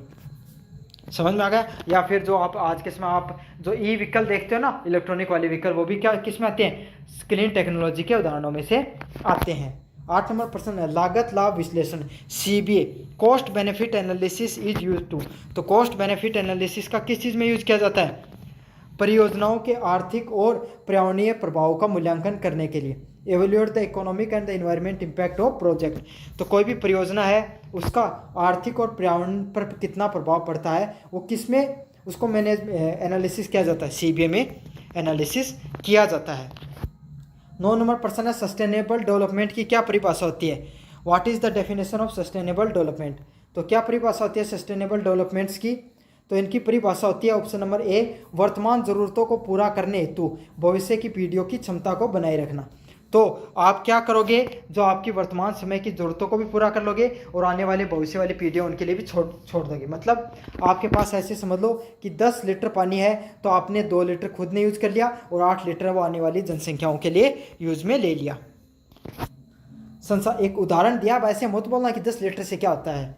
संसाधनों के उदाहरण, कॉन्सेप्ट ऑफ द रिसोर्सेज में क्या शामिल होता है, तो क्या शामिल होता है, कॉन्सेप्ट ऑफ रिसोर्सेज में संसाधनों के अवधारणा में मानव निर्मित और प्रकृति दोनों से संबंधित संसाधन इसके अंतर्गत आते हैं। तो मानव निर्मित भी आएंगे और प्रकृति के संसाधन भी इसके अंतर्गत आएंगे। इको मार्क स्कीम किस देश से संबंधित है, तो ये किससे संबंधित है, ये भारत से संबंधित है। इको मार्क से संबंधित मतलब कोई भी प्रोडक्ट है अगर वो पर्यावरण को प्रदूषण कम करने का या पर्यावरण पे कम से कम प्रभाव डालता है तो उसको इको मार्क दिया जाता है, ट्रेडमार्क की तरह होता है ये भी एक। पर्यावरणीय अर्थशास्त्र का दायरा क्या होता है, क्या स्कोप होता है, scope of environment economics includes. तो क्या होता है, प्रदूषण नियंत्रण करना, संसाधन प्रबंधन और नीति विश्लेषण करना। तो जो आपको प्रदूषण उसको नियंत्रण करना, संसाधनों का तथा प्रबंधन का नीति विश्लेषण करना इसके तहत आएगा। तो इसका सही आंसर क्या, ऑप्शन नंबर B होगा। Tragedy of Commons tragedy of Commons किससे संबंधित है? तो किससे संबंधित होती है?